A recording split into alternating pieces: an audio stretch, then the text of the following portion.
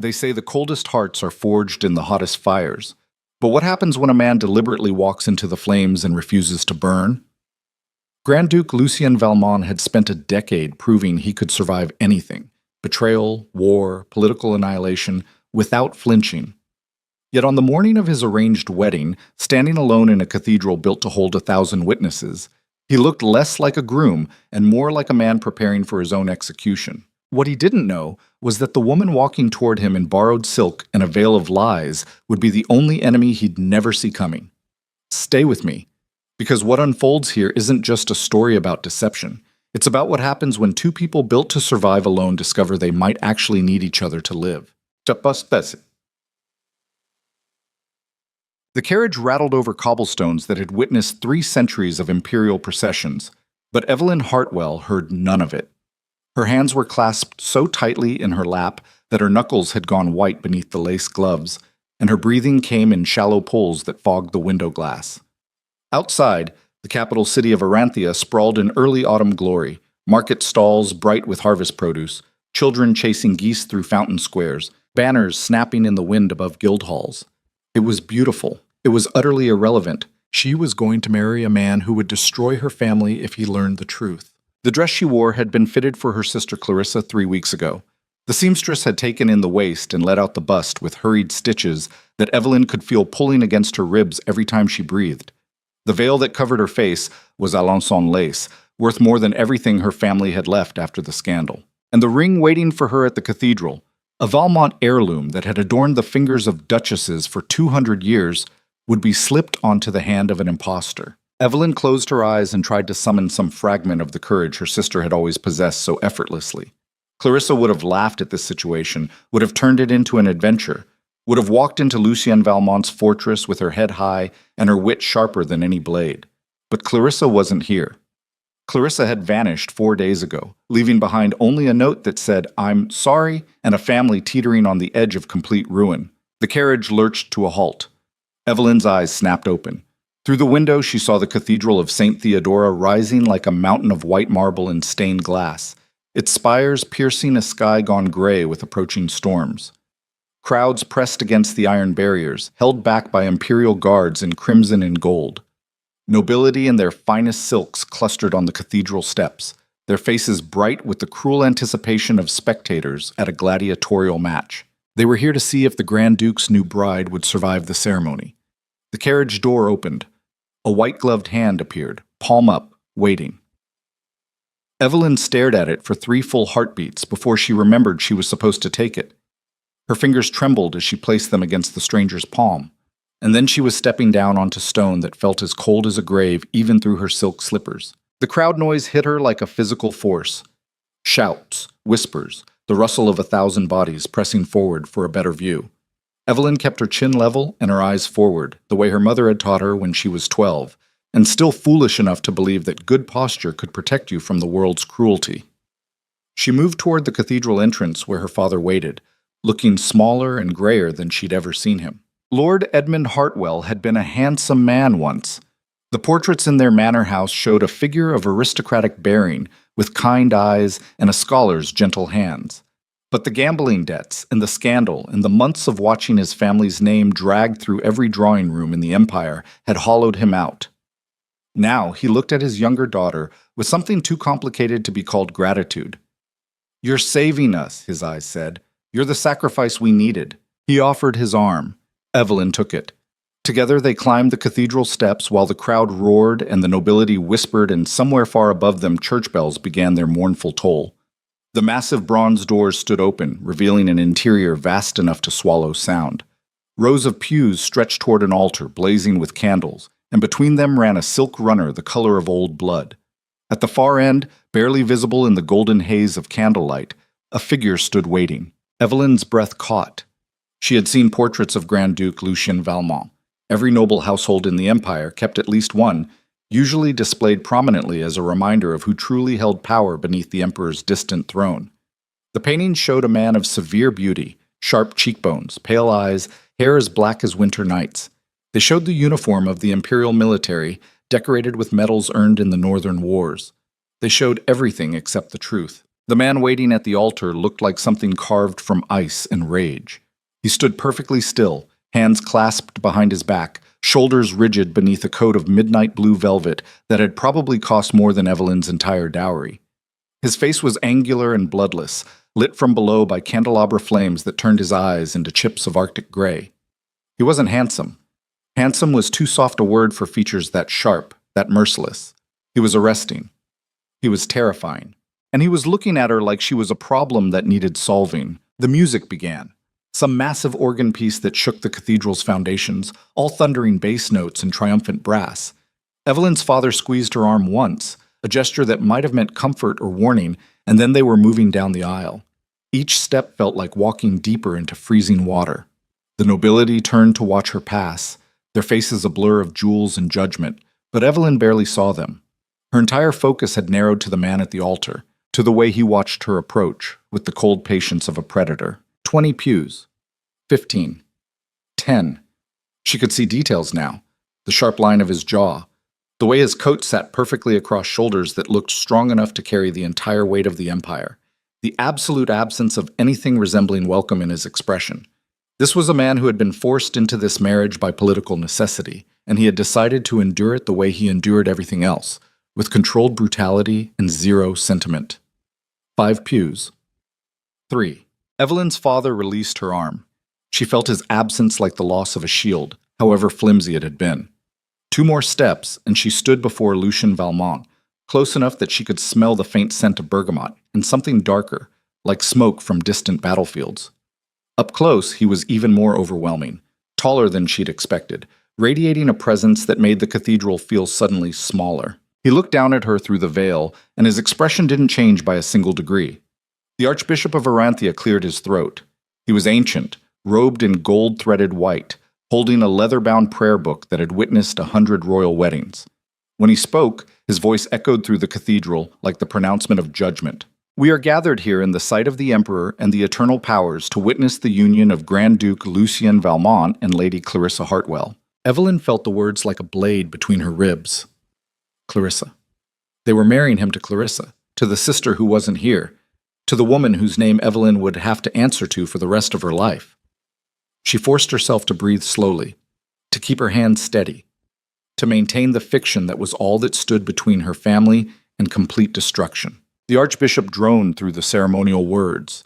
Treaties and alliances, the joining of noble houses, the continuation of the empire's strength through marriage. It was all politics dressed up in religious language, and everyone in the cathedral knew it. This wasn't a union of hearts. This was a business transaction between 2 families that despised each other, brokered by an emperor who needed Lucien Valmont's military support more than he needed anything resembling actual affection. The Archbishop paused. He looked at Lucien with something approaching pity. "Grand Duke, do you take this woman as your lawfully wedded wife, to honor and protect according to the laws of the empire?" Silence stretched across the cathedral like a held breath. Evelyn watched Lucien's face and saw absolutely nothing, no emotion, no hesitation, no sign that he considered this anything more significant than signing a military contract. When he finally spoke, his voice was low and precise, with the faint rasp of someone who didn't waste words on unnecessary speech. "I do. 2 words. Flat as gravestones." They echoed through the cathedral and seemed to seal something far more final than marriage vows. The Archbishop turned to Evelyn. "Lady Clarissa, do you take this man as your lawfully wedded husband, to honor and obey according to the laws of the empire?" This was it. The moment of absolute commitment. If Evelyn said these words, there would be no going back. She would be bound to this terrifying stranger by laws that even the emperor couldn't easily break. She would enter his fortress and live under his authority and sleep in rooms that had witnessed the slow destruction of every other woman foolish enough to marry into the Valmont line. But if she refused, her father would be arrested before sunset. Her family's remaining properties would be seized. Her younger brother would grow up with a name so tainted that no respectable house would ever acknowledge him. Evelyn lifted her chin and met Lucien's eyes through the veil. "I do." Her voice came out stronger than she'd expected. Clear enough to carry through the cathedral, steady enough that it almost sounded like she meant it. She saw something flicker across Lucien's expression. Surprise, maybe, or curiosity. But it vanished so quickly she might have imagined it. The Archbishop raised his hands. By the authority vested in me by His Imperial Majesty and the eternal powers, I pronounce you husband and wife. May your union strengthen the empire and bring honor to both your houses." He nodded at Lucian. "You may kiss your bride." Evelyn's heart stopped. She hadn't thought about this part. Hadn't prepared for the moment when the veil would be lifted and Lucian would see her face clearly for the first time. Would he recognize immediately that she wasn't Clarissa? Her sister was taller, more striking, with a confidence that showed in every feature. Evelyn had always been the overlooked one, the quieter one, the daughter their father could barely remember existed half the time. Lucien reached for the veil. His fingers were steady, almost clinical in their precision. He lifted the lace slowly, revealing her face inch by careful inch, chin, lips, nose, eyes. The candlelight caught her features and she knew exactly what he was seeing. A woman too pale, too thin, with dark circles under her eyes from 4 days of sleepless terror. Not a bride. A ghost in borrowed finery. Their eyes met. For one suspended heartbeat, Evelyn was certain he knew. Certain he could see straight through the deception to the terrified girl underneath. His gaze moved across her face with the methodical intensity of a general surveying a battlefield, cataloging every detail, measuring every potential weakness. Then he leaned down and kissed her. It wasn't romantic, wasn't gentle. It was a seal on a contract performed with the same cold efficiency he probably brought to signing military orders.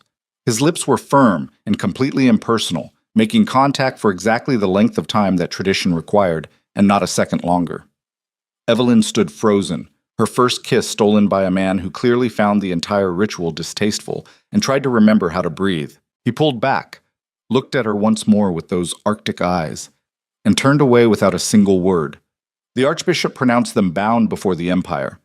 The organ thundered into life with some triumphant recessional that shook dust from the ancient rafters. Lucien offered his arm, not gently, just extended it like he was performing a memorized action, and Evelyn took it because she had no choice. They walked back down the aisle together, husband and wife, while the nobility applauded and the crowd beyond the cathedral doors roared. Evelyn kept her eyes forward and tried not to feel the absolute rigidity of Lucian's arm beneath her hand, the way he held himself as far from her as possible while still maintaining the appearance of unity. This was her life now. This stranger who looked at her like she was a burden he'd been forced to carry. This man whose coldness made the autumn air feel tropical by comparison. They emerged from the cathedral into gray daylight and a storm of rose petals thrown by crowds who had no idea they were celebrating a lie. A new carriage waited, black lacquer chased with gold, the Valmont crest blazing on its doors, a falcon clutching a sword, wings spread in eternal aggression. A footman opened the door and Lucian climbed in without helping her, without looking back, as if he'd already forgotten she existed. Evelyn gathered her skirts and climbed in after him. The interior was all dark leather and polished wood, appointed with the kind of severe luxury that rejected anything resembling comfort. Lucien sat on one side, staring out the window with an expression of absolute disinterest. Evelyn took the opposite seat, leaving as much space between them as the carriage allowed. The door closed. The carriage lurched into motion. They rode in silence through streets lined with cheering crowds, past markets and monuments and fountains where children splashed in defiance of the approaching cold. Evelyn watched the city slide past and tried not to think about how each block carried her farther from everything she'd ever known. Tried not to notice how Lucien hadn't spoken a single word to her since the ceremony. Tried not to calculate how many hours until she'd be expected to consummate this disaster of a marriage. The silence stretched so long it started to feel like a presence of its own, thick and suffocating. Evelyn had always been comfortable with quiet, but this was different. This was weaponized absence, wielded by a man who clearly considered conversation with his new wife to be beneath his notice. Finally, she couldn't bear it anymore. "Your Grace?" "Don't." The word came out flat and sharp, cutting her off with surgical precision. Lucien still hadn't looked at her. Still stared out the window like the view of grain warehouses and cooper's shops was infinitely more interesting than his bride. Evelyn felt heat rise in her chest. Don't speak? Don't attempt basic courtesy? She'd just sacrificed her entire future to save her family, had walked into a marriage she didn't want with a man she didn't know, and he couldn't even tolerate the sound of her voice? "I was only going to—" I said, "Don't." This time he did turn to look at her, and the expression on his face made her breath catch. It wasn't anger exactly. It was something colder and more absolute. The look of a man who had already dismissed her as irrelevant and resented being forced to acknowledge her existence even for a moment. "We don't need to pretend this is anything other than what it is," he said. "A political arrangement neither of us wanted. You'll have rooms in the East Wing. I'll have my own quarters. We'll appear together when absolutely necessary for public functions. Beyond that, stay out of my way and we'll both survive this with minimal damage." Each word landed like a stone thrown at glass. Evelyn stared at him, trying to reconcile the brutal efficiency of his dismissal with the fact that they'd been married for less than an hour. She'd expected coldness. The rumors about the Grand Duke's temperament were legendary, but this was something else entirely. This was a man who had already decided she was worthless and was making absolutely certain she understood her place. Something shifted inside her, a spark of anger that burned through the fear and shame and exhaustion. She'd spent her entire life being overlooked, being the daughter who wasn't quite smart enough, or pretty enough, or interesting enough to warrant attention. But she'd be damned if she'd let this arrogant bastard reduce her to furniture before the wedding carriage even reached his fortress. "I understand you didn't choose this marriage," she said, keeping her voice level. "Neither did I. But we're bound now, whether either of us likes it. The least we can do is attempt basic civility." Lucien's eyes narrowed. "Basic civility would require me to believe you're capable of understanding what that means. The Hartwell family sent me a bride as payment for political protection, and I accepted because the Emperor insisted.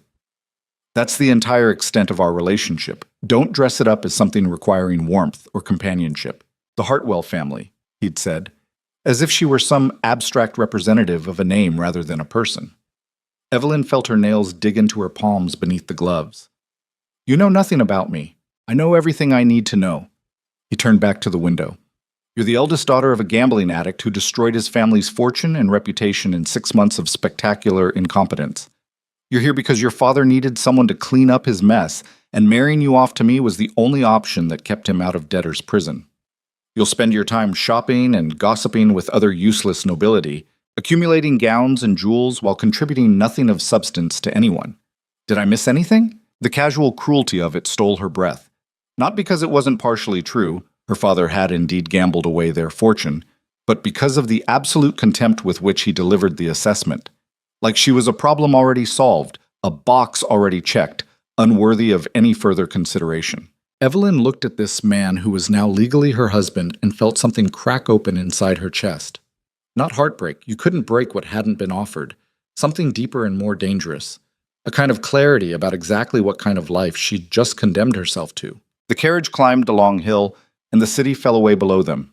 Ahead, perched on a granite outcropping that jutted from the landscape like a blade, Valmont Castle rose against storm clouds gathering in the north. It was massive, all black stone and narrow windows, more fortress than palace. No gardens softened its edges, no banners declared welcome. It looked exactly like what it was. A stronghold built by people who expected to be attacked and planned to survive through pure stubborn brutality. This was her home now. This prison dressed up as power. The carriage passed through gates tall enough to admit siege engines, then across a courtyard where guards in Valmont livery stood at attention with the rigid discipline of men who'd served in actual combat. Servants lined the entrance steps, 24 of them in gray uniforms, their faces carefully neutral as they watched the Grand Duke return with his new bride. The carriage stopped. A footman opened the door, and Lucien stepped out without waiting, without offering a hand, already striding toward the entrance, like a general returning to headquarters after an inconvenient errand. Evelyn climbed down alone and stood for a moment looking up at the castle walls, at the windows that stared down like dead eyes, at the life she'd just entered. A woman detached from the line of servants and approached. She was perhaps 50, dressed in black with a chatelaine at her waist that held enough keys to lock away the entire world. Her face was stern but not unkind, and when she spoke, her voice carried the authority of someone who'd been managing this household longer than Evelyn had been alive. "Your Grace, I'm Mrs. Thornberry, the head housekeeper. If you'll follow me, I'll show you to your quarters." "Your Grace?" The title sounded strange applied to her, like clothing that didn't quite fit. Evelyn nodded and followed the housekeeper up the steps and through doors that closed behind her with the finality of a tomb ceiling. The interior of Valmont Castle was exactly as cold as she'd expected. High ceilings disappeared into shadow. Portraits of dead Valmonts lined the walls, their painted eyes following her with what looked like pity or contempt. The floors were polished stone that swallowed the sound of their footsteps, and the air smelled faintly of beeswax and something older, like the accumulated weight of centuries. Mrs. Thornberry led her through corridors that twisted and climbed, past rooms filled with furniture shrouded in dust covers, past windows that showed glimpses of the city far below. Servants they passed bowed or curtsied, their eyes flicking to Evelyn with barely concealed curiosity before darting away. She could imagine what they were thinking. Another bride, another woman foolish enough to marry into this family. How long until this one breaks? They climbed a staircase that spiraled up what must have been the East Wing Tower. At the top, Mrs. Thornberry produced one of her many keys and unlocked a heavy oak door. "Your quarters, Your Grace. His Grace's rooms are in the West Wing. There's a connecting passage if needed, but he's requested it remain locked from both sides." Of course he had. Evelyn stepped into what would be her prison for however long this marriage lasted. The rooms were actually beautiful, in an austere way. A sitting room with tall windows overlooking the city, furnished with chairs upholstered in dove gray silk. A bedroom beyond with a four-poster bed draped in white linen, a writing desk positioned to catch the morning light, wardrobes of carved walnut waiting to be filled. Everything was elegant and expensive and completely impersonal, like a very exclusive hotel suite. "The staff will bring your things shortly," Mrs. Thornberry said. "Dinner is served at 8 in the private dining room. His Grace typically dines alone, but he's requested you join him tonight." Requested. The word was chosen carefully, but Evelyn heard the truth beneath it. Ordered, commanded. She nodded. "Thank you, Mrs. Thornberry." The housekeeper hesitated, and for a moment something almost gentle crossed her stern features. "If you need anything, Your Grace, anything at all, please ring. The staff here are loyal to the household, and that includes you now." It was kindness, unexpected and brief, but it made Evelyn's throat tighten dangerously. She managed another nod, and Mrs. Thornberry left, closing the door with a soft click that somehow sounded like a lock engaging. Alone. Evelyn stood in the center of her beautiful prison and felt the full weight of what she'd done crash over her. She'd married a man who despised her. She was living under a false name in a castle that felt more like a mausoleum. Her sister was missing, possibly in danger, and Evelyn had no way to search for her without revealing the entire deception. Her family was safe for now, but that safety was built on a foundation of lies that could collapse at any moment. She walked to the window and looked out over Aranthia spread below like a map drawn in gray stone and terracotta roofs. Somewhere down there, people were living normal lives, falling in love honestly, making choices that weren't forced by desperation, building futures that didn't require deception. Evelyn pressed her forehead against the cold glass and tried not to cry. Hours passed. Servants brought her trunks. Clarissa's trunks. Filled with Clarissa's clothes and Clarissa's favorite perfumes and Clarissa's books. Evelyn unpacked mechanically, hanging gowns she'd never wear, and arranging cosmetics she'd never use, building the facade of Clarissa Hartwell's life piece by careful piece. At 7:30, a maid appeared to help her dress for dinner. The girl was young, maybe 16, with nervous hands and a tendency to apologize for everything. She laced Evelyn into an evening gown of deep burgundy silk, arranged her hair into something approximating elegance, and vanished the moment she finished like she was afraid to linger. At 8 exactly, another knock. A footman to escort her to the dining room. Evelyn followed him down more corridors and through more shadows until they reached a room lit by a chandelier that looked like it held 1,000 candles. A table stretched beneath it, easily long enough to seat 40 people, but only 2 places had been set, one at each end, separated by acres of polished wood. Lucien was already seated at the far end. He'd changed into evening clothes that were somehow even more severe than his wedding coat, all black except for a white shirt that made his pale eyes look even colder. He didn't rise when she entered, didn't acknowledge her at all until the footman had seated her and vanished. Then he looked up from the papers he'd been reading and studied her with the same cold assessment he'd used in the cathedral. "You'll have 3 primary duties as Grand Duchess," he said, as if they were resuming a conversation they'd never started. "First, appear at my side during necessary public functions, the Emperor's birthday celebration, the winter military review, various state dinners. You'll smile, stay silent unless directly addressed, and leave when I indicate." Evelyn picked up her wine glass and took a long drink, buying time to control her temper. "Second," he continued, "you'll maintain the household accounts and manage the staff. Mrs. Thornberry will provide guidance, but ultimately you're responsible for ensuring this place runs smoothly. I don't tolerate waste or inefficiency. Third." He set down the papers and fixed her with a look that made her feel like she was being inventoried like furniture. You'll produce an heir. Not immediately. I'm not that cruel. But within 2 years.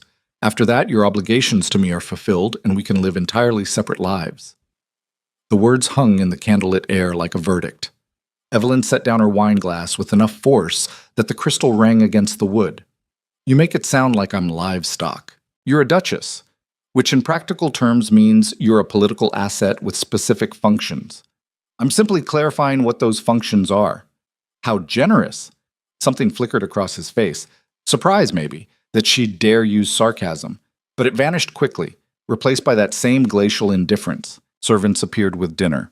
Course after course of elaborate dishes that Evelyn barely tasted, too angry to have any appetite.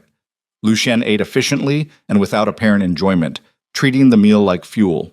Between courses, he returned to his papers, reading military reports or financial documents with the same focus he'd probably bring to planning a battle. Evelyn watched him across the vast expanse of table and tried to find anything human beneath the armor of his control. But if it existed, he'd buried it deep. "May I ask," she said finally, breaking another long silence, "why you agreed to this marriage if you find the entire concept so distasteful?"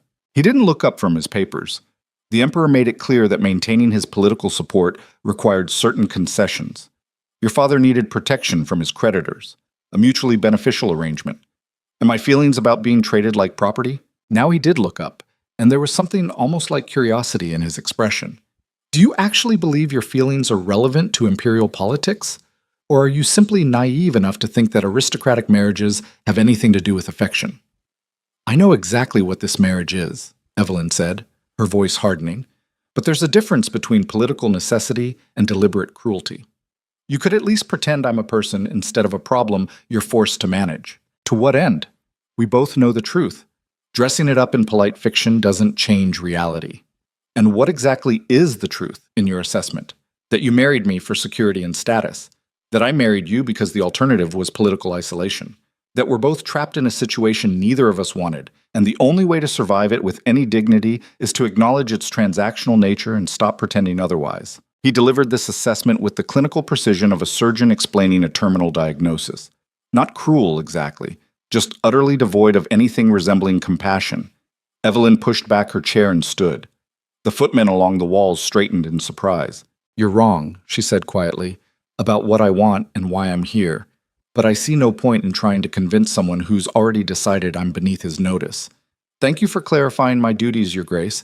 I'll be certain to fulfill them with all the mechanical efficiency you clearly value above everything else." She turned and walked toward the door, her skirts hissing across the stone floor. "We're not finished eating." His voice stopped her halfway across the room. Evelyn turned back to find him standing now, his hands braced on the table, his expression finally showing something other than cold indifference. Anger, maybe, or shock that she'd dared to walk away. "I've lost my appetite," she said. "You'll have to suffer through the rest of dinner without my decorative presence. You don't have permission to leave. I don't recall asking for it." The silence that followed felt dangerous, like the moment before lightning strikes. Lucien stared at her across the length of the dining room, and Evelyn stared back, refusing to flinch, refusing to apologize, refusing to be reduced to the worthless ornament he clearly believed she was. Something shifted in his expression. Not softening. Lucien Valmont didn't look like a man capable of softness, but a kind of reassessment, like a general realizing the enemy might have more resources than initially calculated. "You're not what I expected," he said finally. "Neither are you. Though perhaps my expectations were too generous." She left before he could respond, walking out of the dining room with her head high and her hands shaking. Let him think her defiant or rude, or whatever other unflattering adjective he wanted. She'd played the role of meek and overlooked for 22 years. She wouldn't spend the rest of her life doing the same for a man who couldn't even see her clearly enough to realize she wasn't the woman he'd thought he married. The castle corridors were dark and maze-like, lit only by occasional lanterns that cast more shadow than light. Evelyn got lost twice trying to find her way back to the East Wing, too proud to ask one of the servants for help. By the time she finally found the tower stairs, her feet ached from the new shoes and her head throbbed from suppressed tears. She climbed the spiral steps one at a time, using the stone wall for support, and tried not to think about how Clarissa would have handled this so much better. Clarissa would have charmed Lucian, or at least intrigued him enough to earn basic respect. Clarissa never would have ended a wedding dinner by storming out like an angry child. But Clarissa wasn't here, and Evelyn was, and she had no choice but to survive this nightmare somehow. She reached her rooms and locked the door behind her with shaking hands. The fire had been built up while she was at dinner, filling the bedroom with warmth that couldn't quite banish the chill settling into her bones. She struggled out of the burgundy gown alone, too exhausted to ring for the maid, and fell into bed still wearing her shift. Sleep should have been impossible, but it came anyway, dragging her under into dreams of locked doors and distant voices calling a name that wasn't hers. She woke to gray morning light and the sound of rain against the windows. For a confused moment, she didn't remember where she was, and then it all came crashing back. The wedding, the castle, the husband who'd made it abundantly clear she was nothing more than an inconvenient obligation. Evelyn lay very still and stared at the embroidered canopy above the bed. This was her life now, this beautiful prison with a husband who despised her and a deception that would destroy everything if discovered. And somewhere out there, Clarissa was either in danger or in hiding, while Evelyn played the role she'd abandoned. The rain drummed harder against the glass, and somewhere far below in the castle's depths, church bells tolled the hour. 8 chimes, echoing through stone corridors where generations of Valmont wives had learned the same bitter lesson, that marrying into power meant surrendering everything you were and becoming whatever the Grand Duke required you to be. But Evelyn had already surrendered her name, her future, and her freedom. She'd be damned if she'd surrender her soul too. She rose and pulled on a dressing gown, then walked to the window. Below, the city stretched rain-soaked and gray, and beyond it the empire spread to horizons lost in storm clouds. Somewhere in all that vastness was the truth about why Clarissa had run. And somewhere in this fortress was a man who might actually be capable of something other than cold brutality. If only someone could figure out how to reach past the armor he wore. Evelyn pressed her hand against the rain-streaked glass and made herself a promise. She would survive this. Not just endure, but actually live through it with something of herself intact. And maybe, if she was very lucky or very foolish, she'd find a way to turn this disaster into something that didn't feel quite so much like slow drowning. Thunder rolled across the city like artillery fire, and Evelyn Hartwell, who was supposed to be Clarissa Hartwell but wasn't, who'd married a man who couldn't stand to look at her, who'd walked into this fortress knowing it might destroy her, stood alone in her tower and refused to break. Not yet. Not today. The storm had only just begun. The rain continued for 3 days straight, turning the castle grounds into a waterlogged wasteland and the courtyards into shallow lakes that reflected nothing but gray sky. Evelyn spent those first 72 hours learning the architecture of her prison, which corridors led to dead ends, which staircases spiraled up to locked rooms, which windows offered views of the city versus the northern mountains. She mapped the fortress in her mind the way a soldier maps enemy territory, looking for exits that didn't exist and escape routes that all led back to the same truth. She was trapped here, and the only way out was through. Lucien vanished completely after their disaster of a wedding dinner. Mrs. Thornberry mentioned in passing that His Grace had urgent business with the Imperial Military Council, which apparently required him to spend 16 hours a day locked in his study reviewing troop deployments and supply chain logistics. Evelyn suspected the urgent business was mostly an excuse to avoid his new wife, but she didn't push the issue. The distance gave her breathing room to figure out how to survive in a household that ran with the rigid efficiency of an army barracks. On the 4th morning, the rain finally broke. Weak sunlight filtered through the storm clouds, and Evelyn woke to the sound of servants moving through the corridors with more energy than she'd heard since arriving. She dressed herself, still too self-conscious to ring for the young maid, and made her way down to the breakfast room that Mrs. Thornberry had shown her on the second day. The room was smaller than the formal dining hall, with windows overlooking a courtyard where water still dripped from stone gargoyles. A sideboard held covered dishes kept warm over spirit lamps, and a single place had been set at the table. Evelyn served herself eggs and toast and sat down to eat alone, which had become her routine. Solitary meals in a castle full of people. It would have been poetic if it wasn't so pathetic. She was halfway through her coffee when the door opened and Lucien walked in. He stopped when he saw her, clearly not expecting anyone to be there. For a moment they just stared at each other across the breakfast room, and Evelyn had the absurd thought that he looked tired. The kind of exhaustion that came from too many nights pushing yourself past reasonable limits because stopping meant thinking, and thinking meant feeling things you'd rather keep buried. "Your Grace," she said, because someone had to break the silence. He nodded once, a sharp economical movement, and walked to the sideboard. She watched him serve himself black coffee and nothing else, then take the chair at the opposite end of the table. Maximum distance. Always maximum distance. They sat in silence while Lucien drank his coffee and Evelyn pretended to be interested in her eggs. The quiet stretched so long it started to feel aggressive, like he was daring her to speak first just so he could shut her down again. She refused to give him the satisfaction. Finally, he set down his cup with a click that sounded loud in the stillness. "Mrs. Thornberry tells me you've been reviewing the household accounts."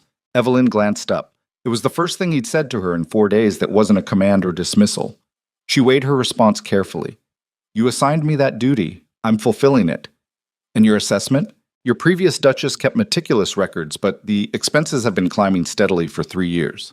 Either prices are rising across the board, or someone in the supply chain is skimming.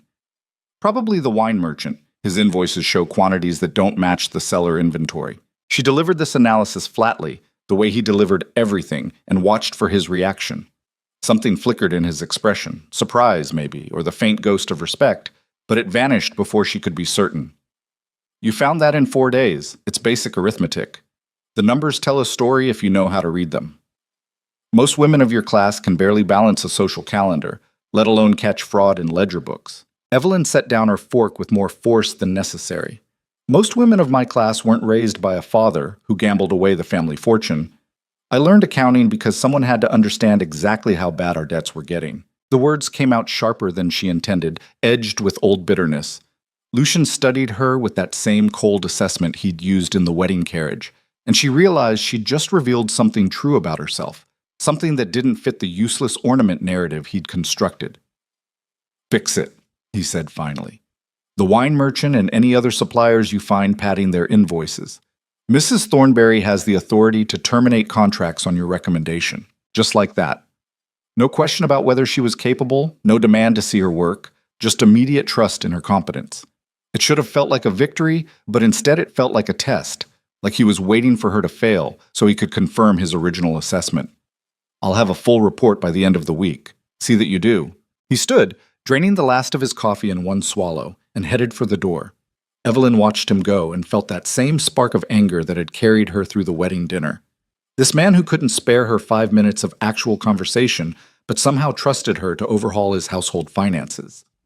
This walking contradiction, who treated human connection like a strategic weakness, but ran an empire with terrifying competence. "Your Grace," she said, stopping him at the threshold. He turned back, impatience clear in every line of his posture. "I need access to the staff employment records. If there's fraud in the supply chain, there might be collusion inside the household." For a long moment, he just looked at her, and Evelyn had the distinct impression she was being catalogued and filed away in some mental archive he kept on potential threats and useful assets. "I'll have them sent to your rooms this afternoon." Then he was gone, the door closing behind him with a finality that felt practiced. Evelyn sat alone in the breakfast room and tried to figure out what had just happened. It wasn't warmth. Lucien Valmont didn't seem capable of warmth. But it was something, acknowledgement maybe, recognition that she might be marginally more useful than decorative furniture. The bar was so low it was practically underground, but she'd apparently cleared it. She finished her breakfast and spent the rest of the morning with Mrs. Thornberry, going through the household accounts in exhaustive detail. The housekeeper was a sharp woman who missed nothing and suffered no fools, and she watched Evelyn with the careful attention of someone deciding whether to be an ally or an obstacle. "You have a head for numbers, Your Grace," Mrs. Thornberry said as they reviewed the quarterly expenditures for the 3rd time. "That's rare in someone your age. I had good motivation to learn." Evelyn ran her finger down a column of figures that didn't add up correctly. "How long has the wine merchant been supplying the castle?" 12 years. He came highly recommended by the previous Grand Duchess. Evelyn made a note in the margin. "And when did these discrepancies start?" Mrs. Thornberry pulled out an older ledger and flipped through the pages. "About 3 years ago, right after she passed away." There it was, the moment when oversight had slipped and someone had seen an opportunity. Evelyn felt a grim satisfaction at having her theory confirmed. Numbers always told the truth if you knew how to listen. They worked through lunch, breaking only when a maid brought tea and small sandwiches that neither of them touched. By mid-afternoon, Evelyn had identified 4 suppliers with suspicious billing patterns and 2 servants whose spending habits seemed incompatible with their salaries. Mrs. Thornberry took notes with the efficiency of a general planning a campaign. What do you recommend, Your Grace? Terminate the supplier contracts immediately and put out requests for new bids. As for the servants, I want to interview them before making accusations. There might be legitimate explanations. Mrs. Thornberry's expression shifted into something that might have been approval. The previous Duchess would have simply dismissed them without inquiry. The previous Duchess sounds like she preferred easy solutions to correct ones. A flicker of a smile crossed the housekeeper's stern face. You're not what I expected when His Grace announced he was marrying. That seems to be a common refrain. What were you expecting? Someone more like her sister, truthfully. The rumors said Lady Clarissa was quite spirited. Evelyn's blood went cold. She forced herself to keep her expression neutral, to not react to hearing her own name spoken like she was someone else entirely. This was the danger she'd known was coming but hadn't prepared for. People who knew Clarissa, who had expectations about what the new Duchess should be like, who might notice the substitution. Rumors are often exaggerated, she said carefully. Mrs. Thornberry nodded. Well, you strike me as someone with more substance than spirit. That might serve you better in this house. She gathered her ledgers and left, and Evelyn sat very still in the sudden silence, her heart hammering against her ribs. This was the razor's edge she walked every day. One slip, one inconsistency, one person who knew Clarissa well enough to see through the deception. The weight of it pressed down on her shoulders like physical force. That evening at dinner, another silent meal at opposite ends of the absurdly long table, Lucienne spoke exactly 3 sentences. The Emperor has requested our presence at the autumn military review next week. You'll need appropriate attire. Mrs. Thornberry will arrange it. Evelyn nodded and said nothing, too exhausted from the day's work to attempt conversation that would be rebuffed anyway. She watched him read his military reports between courses and wondered what it must be like to live so completely inside your own head that another person's presence barely registered. After dinner, she returned to her rooms to find a stack of employment files waiting on her desk, just as he'd promised. She spent the next 4 hours going through them page by page, cross-referencing salaries with expenditures, looking for patterns that might explain the discrepancies. The work was tedious and her eyes burned from the candlelight, but it beat lying awake staring at the ceiling and thinking about how badly this could all collapse. She found it just past midnight. A footman named Marcus Webb, who'd been employed for 5 years and whose salary should have left him barely scraping by, but whose mother in the city had suddenly received enough money 2 years ago to open a small haberdashery. The timing matched the start of the wine merchant's inflated invoices. The connection was circumstantial but strong enough to warrant investigation. Evelyn made careful notes and finally allowed herself to sleep. The next morning, she requested a private meeting with Marcus Webb in the household office. Mrs. Thornberry arranged it without comment, but Evelyn saw the housekeeper's sharp gaze tracking her movements with new interest. Marcus Webb was in his late 20s, handsome in an unremarkable way, with the kind of practiced deference that servants developed after years of being invisible to nobility. He stood before Evelyn's desk with his hands clasped and his eyes down, waiting. Evelyn let the silence stretch for a long moment, watching him. There was tension in his shoulders, a tightness around his mouth that spoke of nerves barely controlled. "Mr. Webb," she said finally, "how long have you worked at Valmont Castle?" 5 years, Your Grace. And in that time, have you had any complaints about your wages or working conditions? No, Your Grace. The household has always treated me fairly. Yet your mother was able to open a shop 2 years ago. On what capital, if I may ask? His jaw tightened. She'd been saving for years, Your Grace. Evelyn pulled out the ledger she'd prepared and turned it so he could see the numbers. According to these records, your mother was still taking in laundry and mending work up until the month before the shop opened. Then suddenly she had enough capital to secure a lease and stock inventory. That's quite a dramatic change in fortune. Marcus Webb went very pale. His eyes flicked to the ledger and then away, and Evelyn saw the exact moment he realized he'd been caught. "I think you've been receiving payments from someone outside this household," she said, keeping her voice level. "Payments in exchange for information about wine deliveries and cellar inventory. And I think that person has been using that information to inflate invoices and pocket the difference." The silence that followed was thick enough to choke on. Marcus's hands trembled where they gripped each other. "I didn't mean for it to go on this long," he said finally, his voice barely above a whisper. "Mr. Hendricks, the wine merchant, he approached me 2 years ago. Said he could help my mother if I just confirmed some delivery details. I thought it was harmless. Just numbers.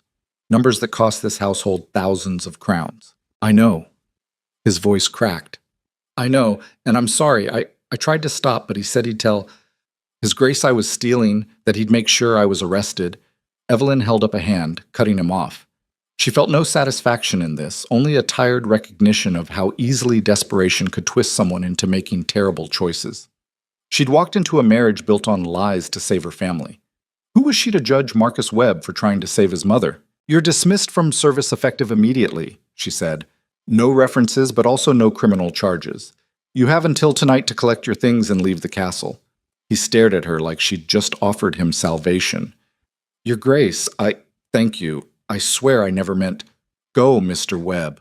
He fled, and Evelyn sat alone in the office, feeling older than her 22 years. She'd just made her first real decision as Grand Duchess, and it had been an act of mercy disguised as justice.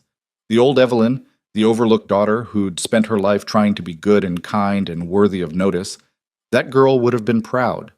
But the new Evelyn, the one learning to survive in this fortress of power and secrets, she knew mercy was a luxury she might not always be able to afford. That afternoon, she sent word to Lucian through Mrs. Thornberry. Supply chain fraud confirmed. Primary conspirator identified and contracts terminated. Recommend full audit of remaining suppliers. His response came back within the hour, delivered on a card in his sharp, precise handwriting. Well done. Proceed as you see fit. 4 words. That was it. No thanks, no acknowledgement of the hours she'd spent hunting through records, no recognition that she'd just saved his household a considerable amount of money, just permission to continue doing the work he'd assigned her. Evelyn crumpled the card in her fist and threw it into the fireplace. The autumn military review was held on a field outside the city walls, where 10,000 Imperial troops assembled in perfect formation under cold October skies. Evelyn stood beside Lucien on a raised platform reserved for senior nobility and tried not to feel completely out of place in a gown that cost more than some houses. The soldiers moved through their drills with mechanical precision, formations shifting like living geometry, cavalry charges that shook the ground, artillery demonstrations that left her ears ringing. It was impressive and terrifying, a reminder that the Empire's power rested on the ability to organize violence with devastating efficiency. Lucien watched it all with the focused attention of a man who understood warfare intimately. He stood with his hands clasped behind his back, his expression unreadable, occasionally making notes in a small leather journal. Other nobles around them whispered and gossiped and drank champagne like they were at a garden party. But Lucien was utterly absorbed in analyzing troop movements and tactical formations. Evelyn found herself watching him instead of the soldiers. This was his world, strategy and strength, power measured in battalions and siege engines. Here, he wasn't the cold aristocrat forcing himself through political obligations. Here he was actually present, actually engaged. It made her wonder what else might capture his attention if he ever allowed himself to be interested in something beyond military dominance. The Emperor appeared midway through the review, surrounded by guards and sycophants, waving to the troops with the vague benevolence of someone who'd never actually held a weapon in combat. He made his way along the platform, greeting nobles, and when he reached Lucien and Evelyn, his smile took on a calculating edge. Grand Duke Valmont, so pleased you could join us. And this must be your new Duchess. Your Imperial Majesty. Lucien's bow was precisely calibrated, respectful but not obsequious. May I present my wife, Clarissa. The false name hit Evelyn like a slap every single time she heard it. She curtsied low and kept her eyes down, playing the role of demure aristocratic wife exactly as Lucien had demanded. Charming, the Emperor said, and the word felt like an insult wrapped in silk. You must be very proud, Valmont. Such a beneficial alliance for both your houses. Mutually beneficial, Your Majesty. The Emperor laughed, a sound with no warmth in it. Indeed. Tell me, has your Duchess had the pleasure of meeting the Imperial Court yet? We're holding a state dinner in 3 weeks. I trust you'll both attend? It wasn't a request. Evelyn felt Lucien's hand settle on the small of her back, the first time he'd touched her since their wedding kiss, and the pressure was clear. Behave. Stay silent. Let me handle this. We would be honored, Your Majesty. Excellent. The Emperor's gaze slid to Evelyn and lingered just long enough to make her skin crawl. I look forward to getting to know the new Grand Duchess better. Such a dramatic change from the sister we all expected, isn't it? Evelyn's heart stopped. She forced herself to keep breathing, to maintain her pleasant, neutral expression, to give nothing away. Beside her, she felt Lucian go very still. "Change can be advantageous, Your Majesty," he said, and his voice had taken on a dangerous edge that made the Emperor's smile falter slightly. Of course, of course. Well, don't let me keep you from enjoying the review." He moved on to the next cluster of nobles, and Lucien's hand dropped from Evelyn's back like she'd burned him. They stood in rigid silence while the artillery demonstration continued, and Evelyn's mind raced through terrible possibilities. Did the Emperor know? Was that comment a warning, or just casual cruelty? How many other people had noticed that the new Duchess didn't match descriptions of Clarissa Hartwell? "We're leaving," Lucian said abruptly. He didn't wait for her response, just started walking toward the carriages. Evelyn hurried after him, trying to keep up with his long strides without tripping over her ridiculous gown. They climbed into the carriage in silence, and the moment the door closed, Lucian turned on her with an expression that made her press back against the seat. "What did the Emperor mean about dramatic change from your sister?" Evelyn's throat went dry. She'd prepared lies for this moment, had rehearsed explanations in case anyone questioned the substitution, but under the laser focus of Lucian's attention, every excuse she'd invented crumbled to dust. "People expected Clarissa to be more outgoing," she managed. "I've always been quieter." That's not what he meant. "Then I don't know what he meant, Your Grace. You'd have to ask him." It was a deflection, and they both knew it. Lucien stared at her for a long moment, and Evelyn stared back, refusing to flinch, refusing to give ground. If he pushed harder, she wasn't sure what she'd say, but she'd be damned if she'd crumble without a fight. Finally, he turned away and looked out the window. "You're hiding something. Everyone hides something. Even you, especially me. But I'm not the one who showed up at our wedding looking terrified and has spent 2 weeks acting like I might execute you at any moment. You haven't exactly been welcoming. I told you what this marriage is. A political arrangement. If you expected warmth and companionship, you walked in with unrealistic expectations." "I expected basic human decency," Evelyn snapped. "I expected to be treated like a person instead of furniture that happens to be useful with ledgers. But clearly that was too much to ask from the great Grand Duke Valmont." The words hung in the enclosed space of the carriage like thrown knives. Evelyn immediately regretted them. Antagonizing Lucian when he was already suspicious was dangerously stupid, but she couldn't take them back now. To her shock, his expression shifted into something that might have been respect. "You have more spine than I gave you credit for." Is that supposed to be a compliment? It's an observation. Most people are too intimidated to speak to me honestly. Maybe that's because you've built your entire life around being intimidating. He actually smiled at that. Just a bare flicker at the corner of his mouth, gone almost before she registered it, but it transformed his face for a heartbeat, made him look younger, less armored, almost human. Then it vanished, and he was back to cold assessment. "The state dinner in 3 weeks will be difficult," he said, changing the subject with brutal efficiency. "The imperial court is a nest of vipers, and they'll be watching you for weakness. Any mistake will be noted and weaponized. I need to know you can handle it. I managed not to embarrass you at the military review. That was a controlled environment with limited social interaction. The state dinner will be hours of performing perfect aristocratic grace, while predators circle looking for opportunities to strike. If they sense you're vulnerable, they'll tear you apart for entertainment. Then teach me what I need to know." The request came out more desperate than she intended, but it was genuine. She had no idea how to navigate imperial court politics, and walking in blind would be suicide. If Lucien could give her even basic guidance, it might be enough to survive. He studied her for a long moment, and something in his expression suggested he was running calculations she couldn't follow. "We'll start tomorrow," he said finally.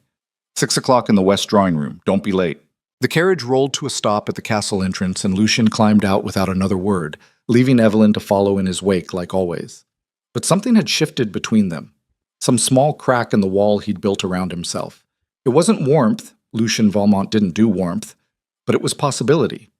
And possibility was more than she'd had when she woke up this morning. The next evening, at exactly 6 o'clock, Evelyn presented herself at the west drawing room. Lucien was already there, standing by the fireplace with a wine glass in hand and an expression that suggested he was already regretting this decision. "Sit," he said, gesturing to a chair positioned in the center of the room. She sat. He walked a slow circle around her, studying her posture with the critical eye of a military inspector. Too stiff. You're holding yourself like you're awaiting punishment. Imperial court politics reward confidence, not deference. Shoulders back, chin level, hands relaxed in your lap. You should look like you belong in every room you enter. Evelyn adjusted her posture, trying to find the balance between elegant and natural. Better. Now, when a nobleman approaches you at the dinner, what's your first priority? Evelyn thought about it. Be polite? Wrong. Your first priority is determining what they want from you. No one at the imperial court makes casual conversation. Every interaction is transactional. They're either seeking information, testing your loyalty, or positioning you as a future asset or enemy. That's exhausting. Welcome to aristocratic life. He took a drink and continued circling. A duke approaches you and asks about my military deployments. How do you respond? I tell him I don't discuss my husband's business. Too defensive. That signals you actually know something worth protecting. Instead, you smile and say something deflecting but not rude. Try it. Evelyn imagined the scenario and made her voice light. I'm afraid His Grace doesn't bore me with military details when there are far more interesting things to discuss. Like the quality of your vineyards, Your Grace. I hear the vintage this year is exceptional. Lucien paused mid-step. That was actually good. The subtle insult about his real interest being wine instead of genuine concern. The redirect to something flattering. Where did you learn that? I've spent my whole life being underestimated. You pick up tricks. He resumed circling. Another scenario. A duchess mentions she heard rumors about your sister's sudden disappearance before the wedding. She's fishing for scandal. What do you say? This one was harder because it hit too close to truth. Evelyn took a breath and channeled every ounce of aristocratic disdain she'd ever witnessed. How fascinating that people have time for such provincial gossip.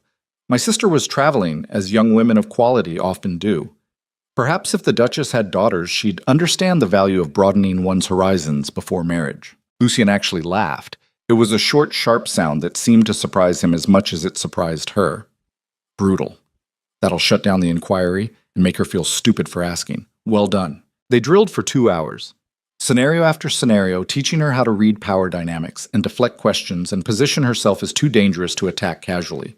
Lucien was a ruthless teacher, offering no praise except the occasional satisfied nod when she successfully navigated a particularly difficult situation. But he was also effective. Evelyn felt her confidence building with each exchange, felt herself learning the language of power that had always been foreign to her. When they finally stopped, it was fully dark outside and her head ached from concentration. That's enough for tonight, Lucien said. We'll continue tomorrow, same time. He started to leave, but Evelyn's voice stopped him. Why are you doing this? Helping me, I mean. You made it clear I'm just a political obligation. He turned back, and for once his expression was readable. Because if you fail at the state dinner, it reflects on me. And I don't fail at anything. Is that the only reason? He regarded her silently for several heartbeats, and Evelyn had the strange sensation of being truly seen for the first time since she'd arrived. Not assessed as a problem or measured as an asset. Actually seen. No, he said finally. But it's the reason I'm willing to admit. Then he left, and Evelyn sat alone in the drawing room trying to parse what had just happened. Lucien Valmont had spent 2 hours teaching her to survive the imperial court with a patience and focus she hadn't known he possessed. And at the end he'd admitted, however obliquely, that his motivation went beyond simple self-interest. It wasn't affection, wasn't even friendship, but it was something other than contempt, and right now that felt like victory. The tutoring sessions continued every evening for the next 2 weeks. Lucien drilled her relentlessly on court etiquette and political maneuvering, on reading faces and controlling her own reactions, on the 1,000 tiny ways power operated in aristocratic spaces. And slowly, almost imperceptibly, the sessions became less like interrogations and more like conversations. He started asking her opinions on political situations instead of just testing her responses. Started explaining the deeper context behind court rivalries. Started treating her less like furniture that needed programming and more like an actual partner in maintaining his political position. Evelyn found herself looking forward to those evenings. Not because the work was enjoyable, it was grueling and stressful, but because for 2 hours a day she got to see the man underneath the armor, the brilliant strategist who could analyze a room full of people in seconds, the perfectionist who couldn't tolerate inefficiency, the isolated figure who'd built walls so high he'd forgotten what it felt like to let anyone close. On the 13th evening, a week before the state dinner, Lucian paused in the middle of a scenario about navigating marriage proposals from rival houses. "You're different than I expected," he said abruptly. Evelyn set down the wine glass she'd been holding. "You've mentioned that before." "I know, but I'm starting to understand what I meant." He walked to the window and stood looking out over the city lights scattered across the darkness. Evelyn waited, sensing he was working up to something. "When the Emperor forced this marriage, I assumed you'd be like every other aristocratic woman I've known. Shallow, manipulative, interested only in status and jewels and gossip. I was prepared to endure you the way I endure most political obligations, with grim efficiency and minimal emotional investment. That's a lovely image of matrimony." He glanced back at her, and there was something almost apologetic in his expression. "But you're not what I prepared for. You actually care about running this household well. You caught fraud I'd been tolerating for years out of sheer inattention.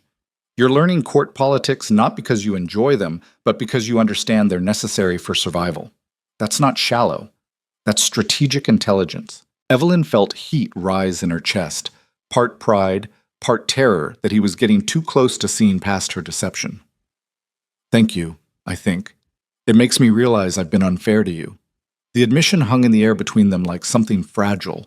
Lucian Valmont, who never apologized for anything, was coming as close to contrition as his nature probably allowed. Evelyn stood and walked to join him at the window. The city sprawled below them, a constellation of lights and shadows where thousands of people lived normal lives without the weight of impossible secrets. "You were protecting yourself," she said quietly, "from an arrangement you didn't want with a person you didn't know. I understand that. Do you?" She thought about all the walls she'd built around her own truth, all the lies she maintained every waking moment just to survive. "Yes, I do."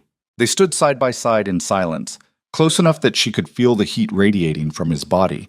And for the first time since arriving at this fortress, Evelyn felt something other than fear or exhaustion. She felt seen, actually recognized as a person rather than a problem. It was dangerous and fragile and completely terrifying. The night before the state dinner, Evelyn couldn't sleep. She lay in her enormous bed staring at the embroidered canopy and ran through every scenario Lucienne had taught her, every deflection and power play and subtle manipulation. She'd learned the aristocratic game well enough to be functional, but tomorrow would be the real test. She must have finally dozed off because the next thing she knew, someone was pounding on her door, and pale dawn light filtered through the curtains. Evelyn stumbled out of bed and pulled on a dressing gown. Mrs. Thornberry stood in the hallway looking more shaken than Evelyn had ever seen her. "Your Grace, you need to come quickly. There's been an incident." Evelyn's blood went cold. "What kind of incident?" "One of the junior maids found something in your rooms.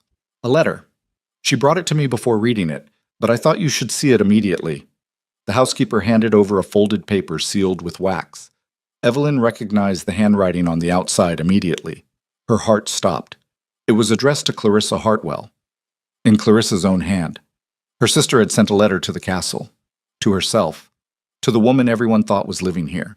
Evelyn's hand shook as she broke the seal and unfolded the paper. The message inside was brief and written in the private code they'd developed as children. Simple enough to read if you knew the key, complete gibberish to anyone else. But the meaning was clear. "I'm in danger, they know. Don't trust anyone. Coming for you." Evelyn read it 3 times while her world tilted sideways. Clarissa was alive, Clarissa was in danger, and someone, Evelyn had no idea who, knew something they shouldn't about the wedding, the substitution, the entire deception. She looked up to find Mrs. Thornberry watching her with sharp concern. "Your Grace? Is everything all right?" Everything was falling apart. The careful lies she'd maintained were crumbling. In less than 12 hours, she'd have to perform flawlessly at the imperial court, while knowing her sister was out there somewhere in danger, while wondering who knew the truth and what they planned to do with that information. She folded the letter carefully and forced her voice steady. "Everything's fine.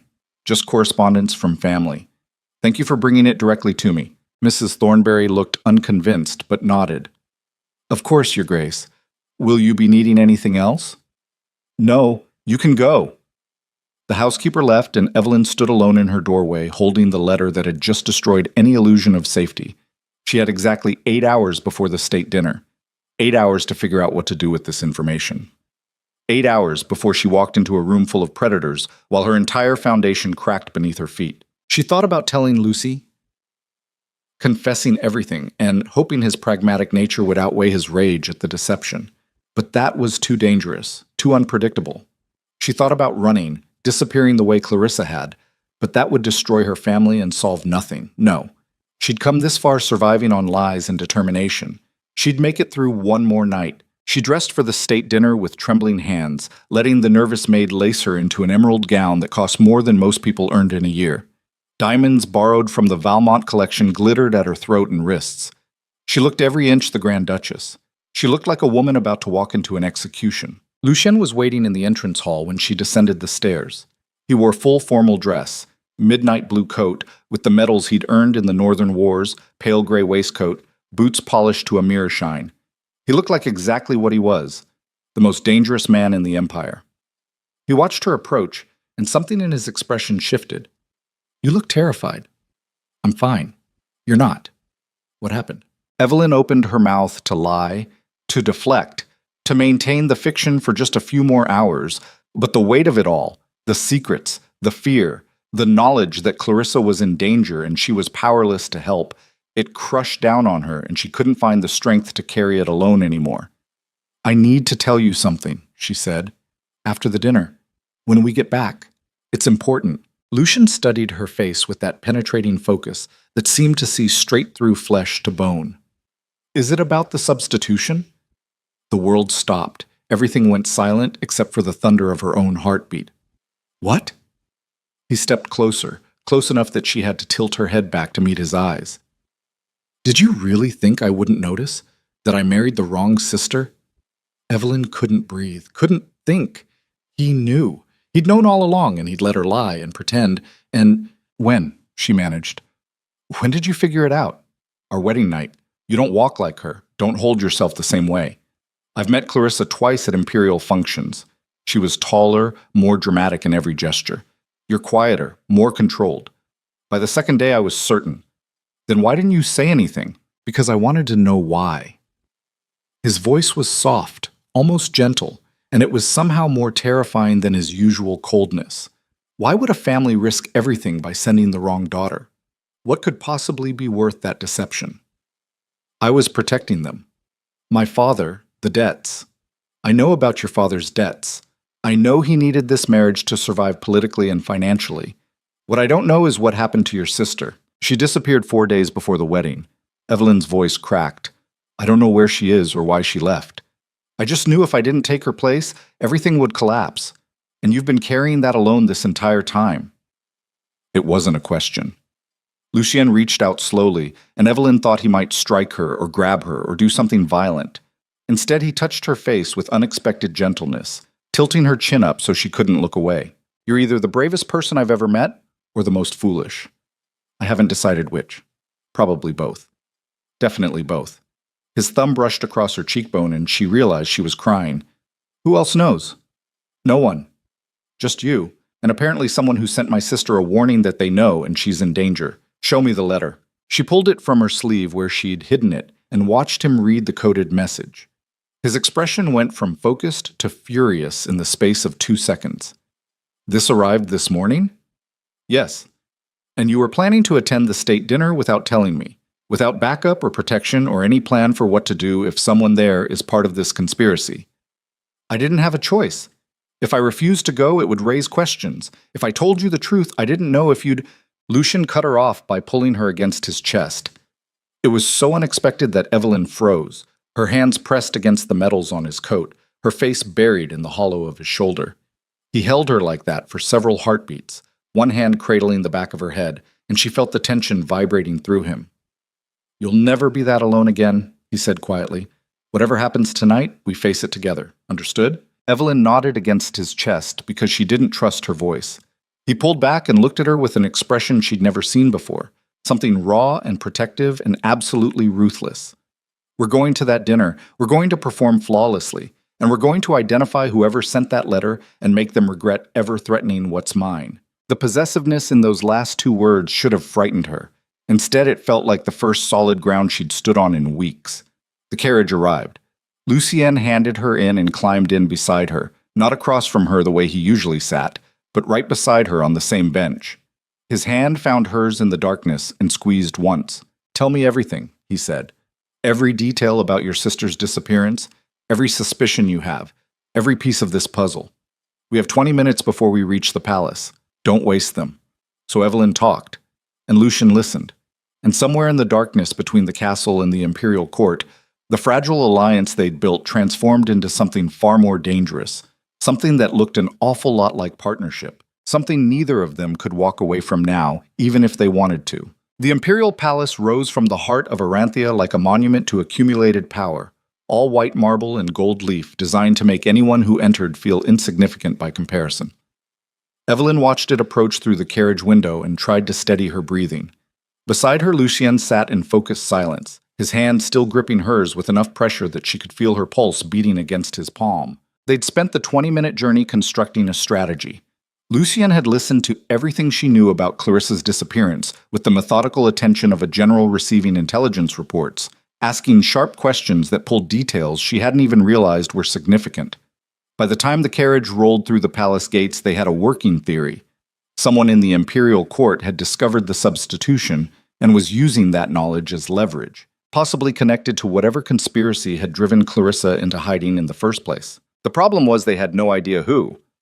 And walking into a room full of potential enemies without knowing which faces hid threats was the kind of tactical nightmare that could end with Evelyn arrested for fraud and Lucien politically destroyed. The carriage stopped. Lucien released her hand and his expression shifted into the cold mask she'd come to recognize as his armor against the world. "Stay close to me tonight," he said. "Don't let anyone separate us. If someone asks about your sister, use the deflection I taught you and watch their reaction carefully. People reveal more in their eyes than their words.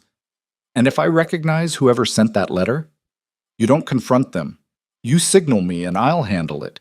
How will I signal you? Touch your necklace." His eyes flicked to the diamonds at her throat. 3 times in succession. "I'll know." A footman opened the door and Lucien stepped out first, then turned to offer his hand. Evelyn took it and emerged into a courtyard blazing with torchlight and crowded with carriages disgorging nobility in their finest silks and jewels. Everyone was peacocking, displaying wealth and status and power through cut gemstones and imported fabrics. She'd never felt more like an imposter in her life. Lucien tucked her hand into the crook of his arm and they walked toward the palace entrance. She felt eyes tracking them from every direction, felt the weight of scrutiny and judgment, felt the whispers that followed in their wake. The Grand Duke and his mysterious new bride. The alliance no one had seen coming. The marriage that shifted the entire balance of imperial politics. If they only knew how much stranger the truth actually was. Inside the palace was even more overwhelming. Vaulted ceilings covered in frescoes of imperial victories, chandeliers dripping crystal, floors of polished marble that reflected everything like still water. Servants in gold livery directed the flow of guests toward the state dining hall, and Evelyn let Lucien guide her through corridors that smelled of beeswax and expensive perfume. The dining hall was enormous, dominated by a table that could have seated 200 people. Gold candelabra marched down its length, and the walls were hung with tapestries depicting the empire's founding. Nobility clustered in conversational groups, their voices creating a low hum of political maneuvering disguised as social pleasantries. Evelyn scanned the faces, looking for anyone who seemed too interested in her, anyone whose attention lingered too long, anyone who might be connected to the warning Clarissa had sent. But everyone looked equally predatory in the candlelight. Sharp eyes calculating advantages, mouths curved into smiles that promised nothing good. Grand Duke Valmont. A man detached from a nearby group and approached with the confident stride of someone used to being welcomed everywhere. He was perhaps 60, distinguished-looking, with silver hair and eyes that were far too intelligent for comfort. Evelyn recognized him from the portraits Lucien had shown her during their tutoring sessions. Duke Sebastian Moreau, Minister of Internal Security and one of the Emperor's closest advisors. "Minister Moreau." Lucien's voice was carefully neutral. "May I present my wife, the Grand Duchess Clarissa." Evelyn curtsied exactly as she'd been taught, not too deep, not too shallow, acknowledging status without surrendering dignity. The minister took her hand and pressed it to his lips in a gesture that managed to be both courtly and vaguely threatening. "Enchanted, Your Grace. We were all so surprised when you chose the younger sister over the one we'd all met previously. Clarissa has quite the reputation for being spirited." There it was, the first probe. Evelyn felt Lucien's arm tense beneath her hand, but his expression didn't change. Spirited is one word for it, Evelyn said smoothly, deploying the deflection they'd rehearsed, though I prefer to think of myself as simply more practical than dramatic. Less interested in being memorable at parties, and more focused on matters of actual substance. The minister's eyes flickered with something that might have been amusement or calculation. How refreshing.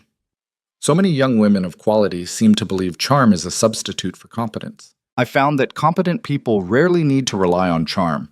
It tends to speak for itself. Lucien made a sound that might have been a suppressed laugh.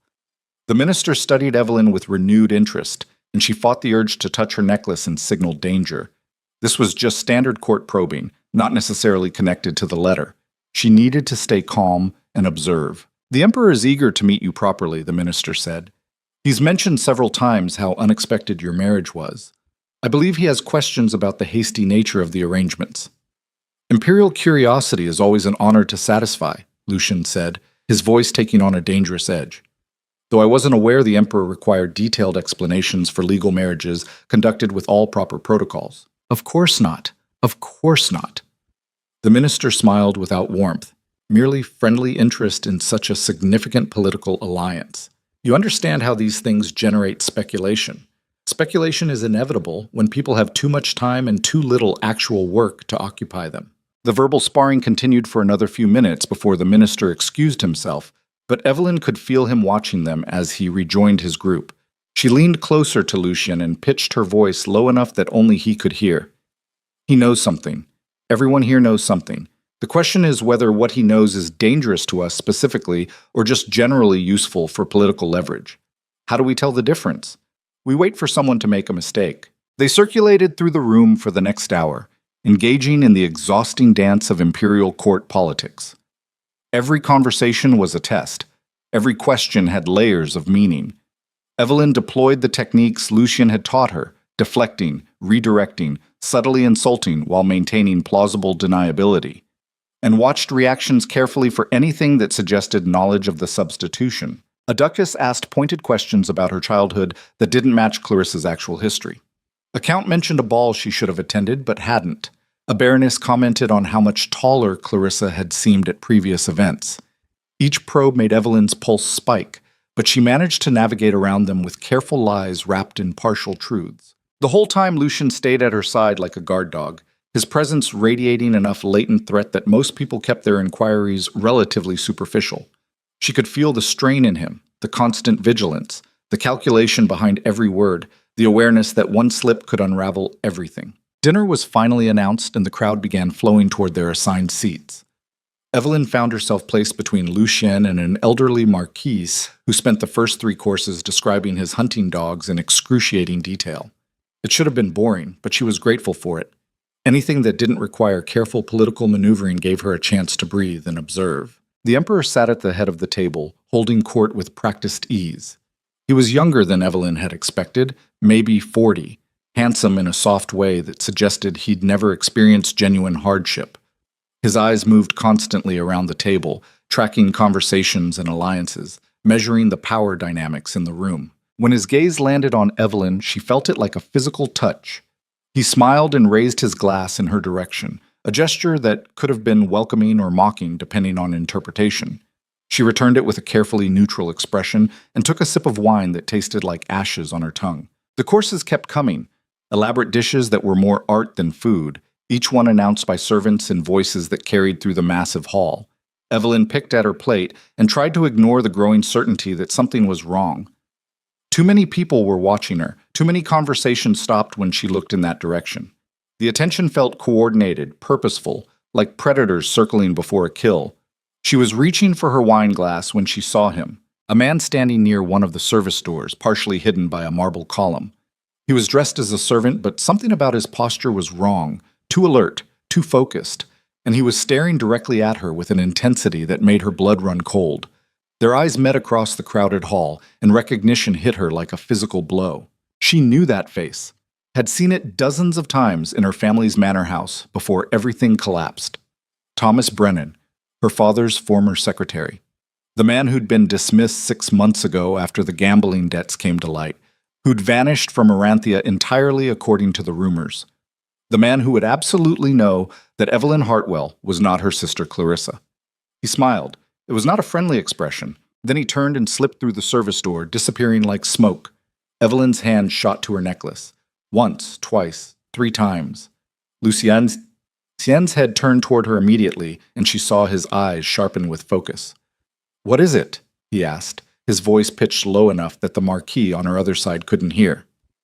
"Thomas Brennan, our former secretary. Just saw me and left through the service entrance. Are you certain?" "Absolutely. He knows me. Knows the whole family. There's no way he wouldn't recognize the substitution." Lucian's jaw tightened. "Did he seem surprised to see you?" "No." Evelyn's voice shook slightly. "He looked like he'd been waiting for me to notice him." "That's a message. He wants you to know he's here, wants you to panic and make mistakes." His hand found hers under the table and squeezed hard. "Don't give him the satisfaction. Stay calm and finish dinner. We'll deal with this after." "But he could expose us at any moment." "He won't. Not here. Not publicly. If he wanted to destroy you with the truth, he'd have done it already.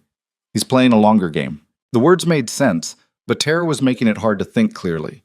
Thomas Brennan had been loyal to her father once, had managed the household accounts and correspondence with quiet efficiency. But that loyalty had evaporated when he'd been blamed for not catching the gambling debts earlier, when he'd been dismissed without references and blacklisted from working in any respectable house. He had every reason to want revenge on the Hartwell family, and Evelyn had just handed him the perfect weapon. She forced herself to keep eating, to nod politely at the Marquis's description of his prize hound's impressive lineage, to maintain the facade of calm while her world crumbled internally.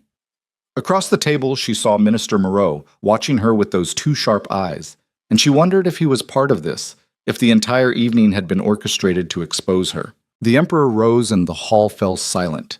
He raised his glass in a toast that praised the strength of the empire and the nobility that sustained it, generic platitudes delivered with practiced charm. Everyone drank and applauded, and Evelyn mechanically followed along while scanning the room for any sign of Thomas Brennan returning. After dinner came the truly dangerous part, mingling in the palace's grand ballroom where the crowd would be more fluid and separating her from Lucian would be easier. The moment they entered the ballroom, Evelyn felt the shift in energy. The earlier careful politeness was giving way to something more aggressive now that alcohol had loosened tongues and lowered inhibitions. A count approached and asked Lucian for a private word about military contracts. It was clearly a setup to isolate her, but Lucian refused with brutal efficiency, making it clear that anyone who wanted his attention would have to accept his wife's presence as well. The count retreated looking insulted, and Evelyn saw several other nobles exchange knowing glances. "They think you're being controlled by me," Lucian murmured. "Let them. It keeps them from trying to manipulate you directly. What if Thomas talks to them? What if he's already spreading the truth? Then we'll know soon enough. People love gossip too much to keep quiet about something that explosive." The next hour was torture. Evelyn smiled and made polite conversation while every nerve screamed that disaster was imminent. She kept expecting someone to confront her, to publicly announce that the Grand Duchess was a fraud, to watch Lucian's face when he realized, but he already knew. The thought cut through her panic like a blade. Lucian had known from the beginning and chosen to keep her secret. Whatever Thomas Brennan revealed wouldn't change that fundamental fact. The question was whether Lucian would choose to protect her when the truth became public knowledge. She was contemplating this when a servant approached with a silver tray holding a folded note. "For Her Grace the Grand Duchess," the servant said, bowing low. Evelyn took the note with hands that only trembled slightly. The paper was expensive, the kind used for official correspondence, and her name was written in an unfamiliar, elegant script. She unfolded it while Lucian watched over her shoulder. The message inside was brief and devastating. "The Rose Garden in 10 minutes. Come alone, or I tell everyone what you are." No signature, no explanation, just a threat wrapped in silk. Lucien's expression went absolutely glacial. He plucked the note from her fingers and read it again, his jaw working like he was grinding his teeth to powder. "You're not going. I don't have a choice. You absolutely have a choice, and the answer is no. This is obviously a trap. If I don't go, they'll expose everything here in front of the entire court. At least in the garden, there's a chance to negotiate. Negotiate with someone who's already threatened you? That's not strategy. That's suicide. What else am I supposed to do?" She kept her voice low, but couldn't keep the desperation out of it. "I can't let them destroy you along with me. Your political position, your reputation, everything you've built? To hell with my reputation. Lucian's hand shot out and gripped her wrist hard enough to hurt. You think I care more about what these parasites think than I care about keeping you safe? The words hit her like a physical blow. She stared at him and saw something in his eyes that terrified her more than any threat. Actual fear. Not for himself. For her. I have to go, she said quietly. You know I do. For a long moment, he just looked at her, and she watched him run through tactical calculations trying to find another option. When he finally spoke, his voice was rough. Then I'm coming with you, the note said alone. I don't give a damn what the note said. Either we go together, or we leave this palace right now and prepare for war. The absolute certainty in his voice made her want to cry. This man who'd treated her like an inconvenient obligation 6 weeks ago was now ready to burn down his entire political network to protect her. It was terrifying and overwhelming, and she didn't deserve it, but she was too desperate to refuse. Together then, she whispered, they made their excuses to the nobles surrounding them and moved toward the ballroom's terrace doors. The rose garden lay beyond, accessible through a series of stone pathways lined with torches that cast dancing shadows across carefully manicured hedges. At night it was beautiful and eerie, the kind of place where romantic assignations happened in novels and murders happened in real life. Evelyn's heart hammered against her ribs as they stepped into the cool night air. Lucian kept his hand on the small of her back, a possessive touch that broadcast his presence to anyone watching. They followed the main path deeper into the garden until the ballroom lights faded behind them and the sound of music became distant. A figure stepped out from behind a sculptured hedge. Thomas Brennan looked different than Evelyn remembered, thinner, harder, with the kind of angry energy that came from nurturing grievances into weapons. He smiled when he saw them approaching, and it was the smile of a man who'd been waiting months for this moment. Lady Evelyn, he said, emphasizing her real name with vicious satisfaction. Or should I say Grand Duchess Clarissa? It's so hard to keep track of which sister you're pretending to be. Lucian moved forward, but Evelyn grabbed his arm, stopping him. Let me handle this. How touching. Thomas's smile widened. The Grand Duke letting his fake wife fight her own battles.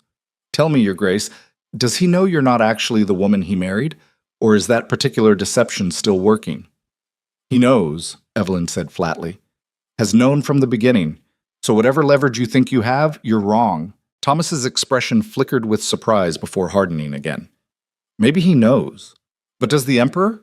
Does the Imperial Court? Does the entire empire that witnessed your wedding and believed they were celebrating the union of Grand Duke Valmont and Clarissa Hartwell? What do you want?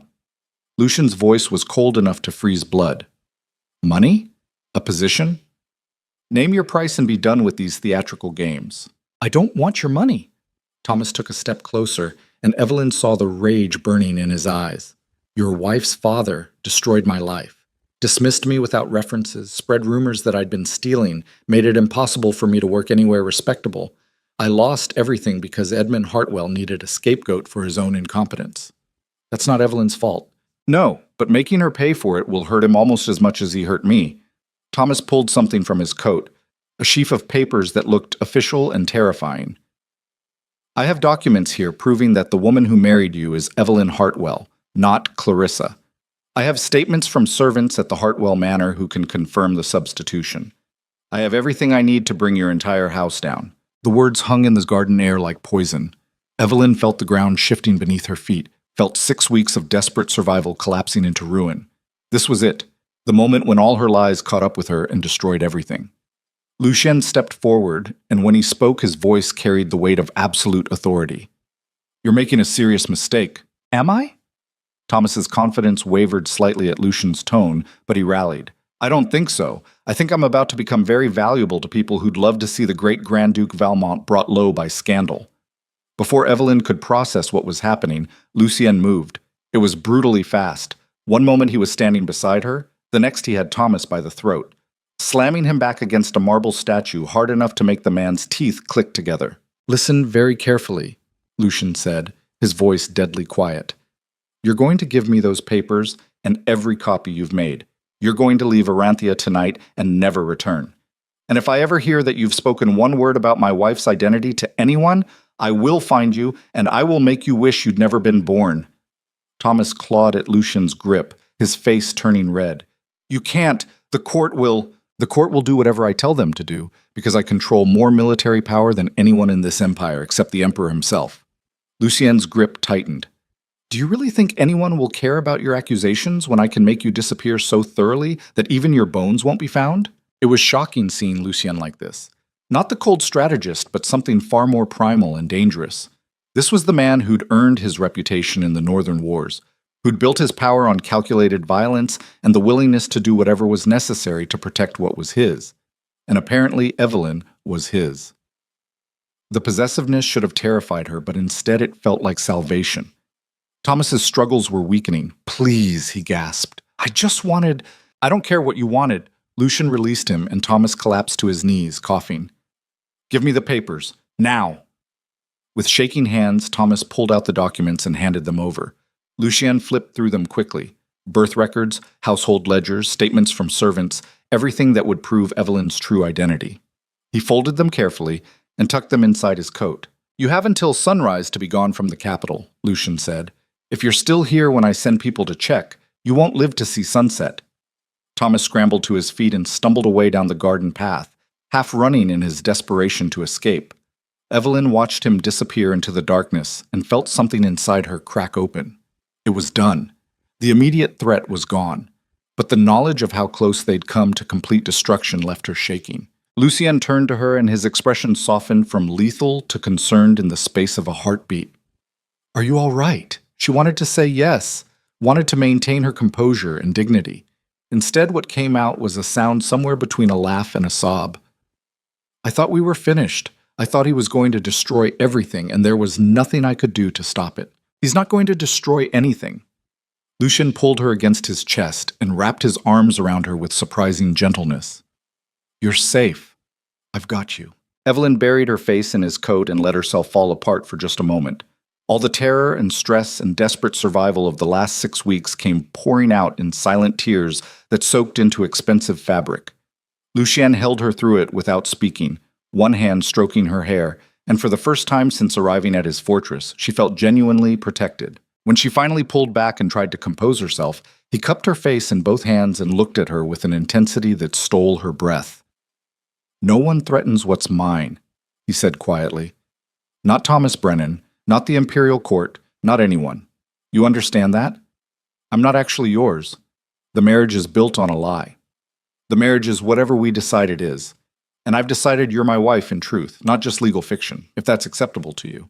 The question hung between them, and Evelyn realized with shocking clarity that everything had changed. This wasn't the cold political arrangement they'd started with. This was something real and terrifying and completely unexpected. Lucien Valmont was offering her actual partnership, actual protection, She kissed him before she could overthink it, pressed up on her toes and covered his mouth with hers in a kiss that was nothing like their careful ceremony performance. This was desperate and grateful and full of 6 weeks of suppressed emotion. Lucien made a surprised sound against her lips and then kissed her back with enough intensity to make her knees weak. When they finally broke apart, they were both breathing hard. That's acceptable to me, Evelyn whispered. Lucien smiled, an actual real smile that transformed his entire face, and kissed her again. They stayed in the garden for several more minutes, holding each other while the distant sounds of the ball continued and the night air cooled around them. Eventually, they'd have to return to the palace, would have to finish performing for the court, would have to navigate the dangerous political waters they'd barely survived tonight. But for now, they had this moment, this fragile truth between them, this partnership forged in crisis and sealed with something that felt dangerously close to actual affection. We should go back, Lucien, Yen said finally, though he didn't release her. Before someone notices we've been gone too long and starts spreading rumors about what we were doing. Let them spread rumors. Maybe it'll make us seem more like a normal couple. Nothing about us is normal. No. But maybe that's not such a terrible thing. They walked back toward the ballroom hand in hand, and Evelyn felt something settling in her chest that might have been hope. The danger wasn't over, wouldn't be over until they found Clarissa and figured out what conspiracy had driven her into hiding. But for the first time since this nightmare began, Evelyn felt like she wasn't facing it alone. They were halfway across the terrace when the screaming started. It came from inside the ballroom, high and terrified, cutting through the music like a knife. Lucien's hand tightened on hers and they ran toward the sound, bursting through the terrace doors into chaos. The crowd had pulled back from the center of the ballroom, forming a wide circle around something on the floor. Nobles stood frozen in shock, glasses forgotten in their hands, faces pale with horror. And in the center of the circle lay a man in formal dress, blood pooling beneath him in a spreading crimson lake. Minister Moreau. His throat had been cut with surgical precision. Evelyn's stomach lurched. She looked away, but not before seeing the paper clutched in the minister's dead hand, white against red, stark and damning. The emperor pushed through the crowd, his face ashen. Someone grabbed the paper and unfolded it, and Evelyn watched horror replace shock in his expression. "What does it say?" a duchess demanded, her voice shrill with panic. The emperor looked up and his eyes found Evelyn across the ballroom with laser focus. "It says the Grand Duchess is a fraud," he said clearly, and his voice carried through the sudden, terrible silence. "It says the woman who married Grand Duke Valmont is not Clarissa Hartwell, but her younger sister Evelyn, and that Minister Moreau discovered the truth and was killed to silence him." The ballroom exploded into chaos. Voices shouting, people surging forward, guards moving to block the exits. Evelyn felt the world tilting sideways, felt every eye in the room turning toward her with accusation and shock. This wasn't possible. Thomas Brennan had given up the papers. The threat was neutralized. Unless Thomas hadn't been working alone. Unless someone else had the same information and had been waiting for exactly the right moment to deploy it. Unless this entire evening had been orchestrated not to blackmail her, but to frame her for murder. Lucien's arm came around her waist like iron. "Don't say anything," he murmured against her ear. Not a single word. The emperor's guards were moving through the crowd toward them. Evelyn saw the calculation in the emperor's eyes, saw him weighing political advantage against justice, saw him making the decision that would destroy everything. "Grand Duke Valmont," the emperor said, his voice carrying absolute authority. "You and your wife are under house arrest effective immediately, pending investigation into Minister Moreau's death and the allegations of marriage fraud. Surrender your weapons and come quietly." The guards closed in and Evelyn felt Lucien's body coil with tension like a spring wound too tight. For one terrifying moment she thought he might actually fight them, might try to cut their way out of the palace through sheer violence. His hand moved toward the ceremonial sword at his hip. "Don't," she whispered. "Please. Not like this." She felt the struggle in him, every instinct screaming to protect her through force, every tactical calculation showing how badly that would end. Finally, his hand dropped, and he turned to face the emperor with cold fury. "This is a setup. Someone murdered Moreau and planted that note to frame my wife. Perhaps." The emperor's expression was unreadable. "That's what the investigation will determine. Until then, you're both confined to Valmont Castle under guard. Any attempt to leave or interfere with the inquiry will be considered treason." The guards moved in with drawn swords, and Evelyn felt chains closing around her future. Everything she'd survived, every desperate choice she'd made, all of it collapsing into this nightmare moment where she stood accused of murder in a ballroom full of witnesses while her sister's warning echoed in her memory. "They know. Don't trust anyone." Evelyn looked at the body on the floor, at the blood spreading across marble, at the note clutched in dead fingers that condemned her. Someone had orchestrated this with terrifying precision. Someone who knew her secret and was willing to kill to expose it. Someone who wanted to destroy both her and Lucien in one devastating strike. And whoever they were, they'd just succeeded. The guards escorted them from the ballroom while the nobility watched in shocked silence. Evelyn held her head high and refused to cry, refused to show weakness, refused to give them the satisfaction of seeing her break. Beside her, Lucien radiated leashed violence, and she knew he was already planning their next move, already calculating how to turn this disaster into survival. But as they climbed into the guarded carriage that would return them to Valmont Castle, now transformed from fortress to prison, Evelyn felt the full weight of how badly she'd underestimated the game she was playing. This wasn't about blackmail or leverage or political maneuvering. This was about destruction, complete and absolute. And someone out there in the Empire's shadows had decided that Evelyn Hartwell needed to be erased from existence, along with anyone foolish enough to stand beside her. The carriage rolled through dark streets while guards on horseback flanked them on all sides. Lucien sat across from her now, separated by Imperial command, and the space between them felt like an unbridgeable chasm. His eyes met hers in the darkness, and she saw rage there, and determination, and something that looked almost like desperation. "We're going to survive this," he said quietly. "I swear to you." Evelyn wanted to believe him. wanted to trust that his power and influence would be enough to overcome whoever had framed her for murder.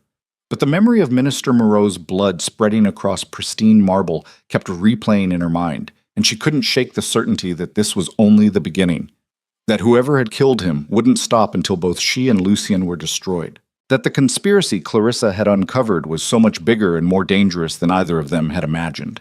And that the only way to survive it would require becoming something neither of them had ever planned to be, ruthless enough to match the enemies circling in the darkness, willing to sacrifice anything and anyone to protect what mattered most.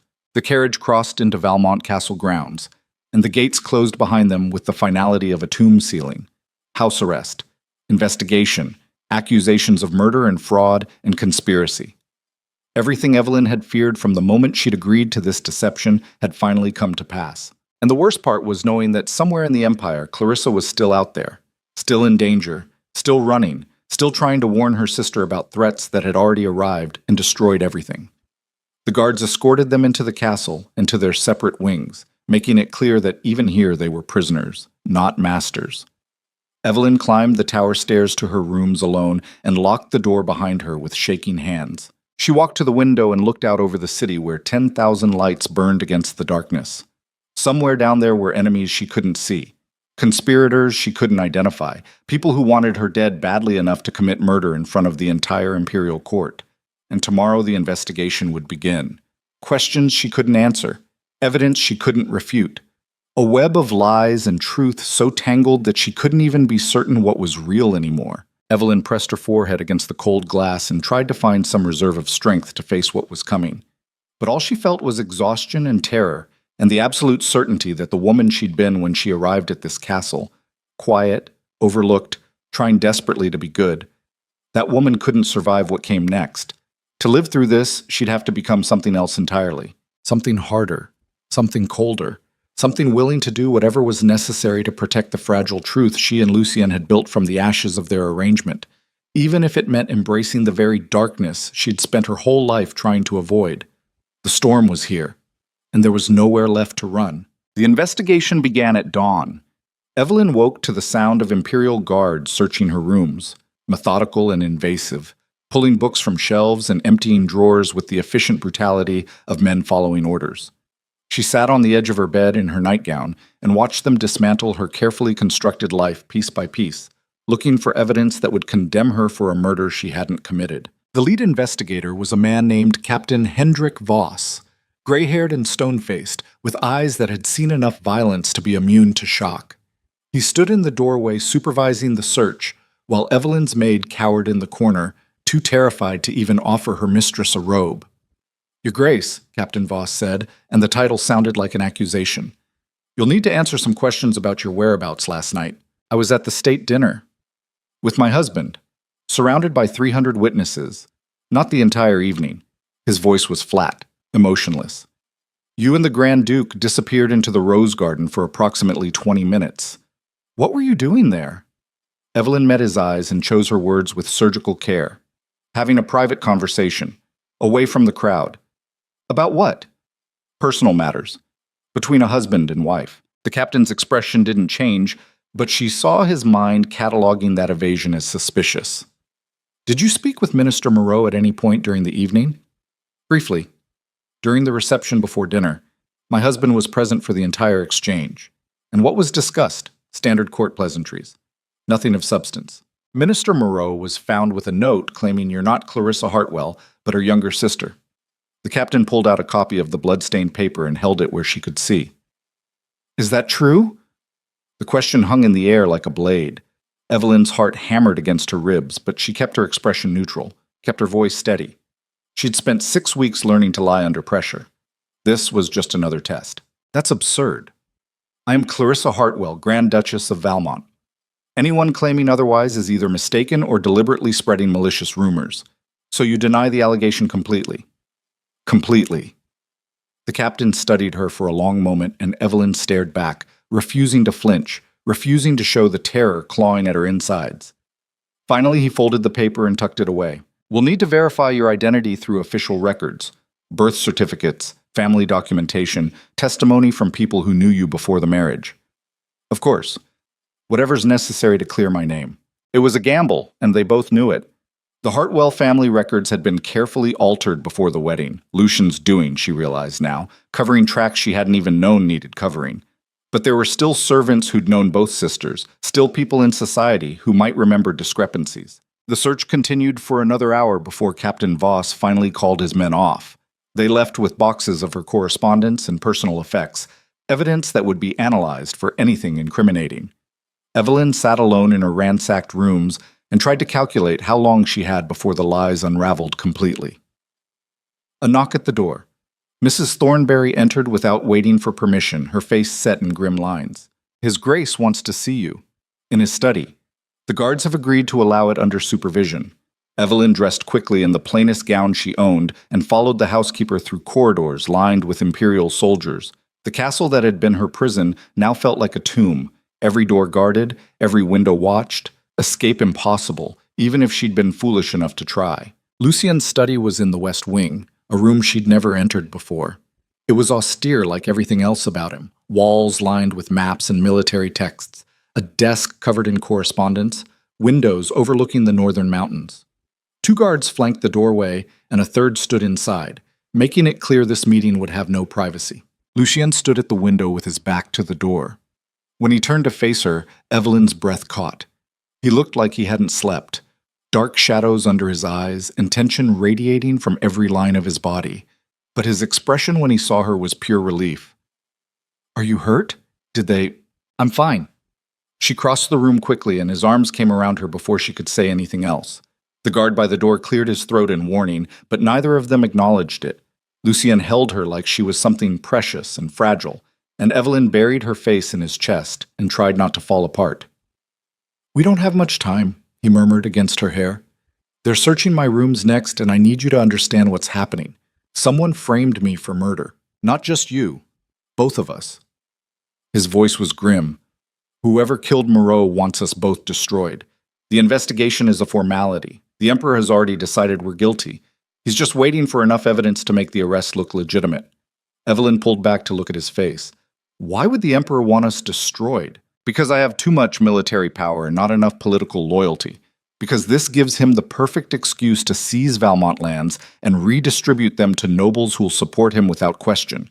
Because we're convenient scapegoats for a murder that probably has nothing to do with us at all." The casual brutality of it stole her breath.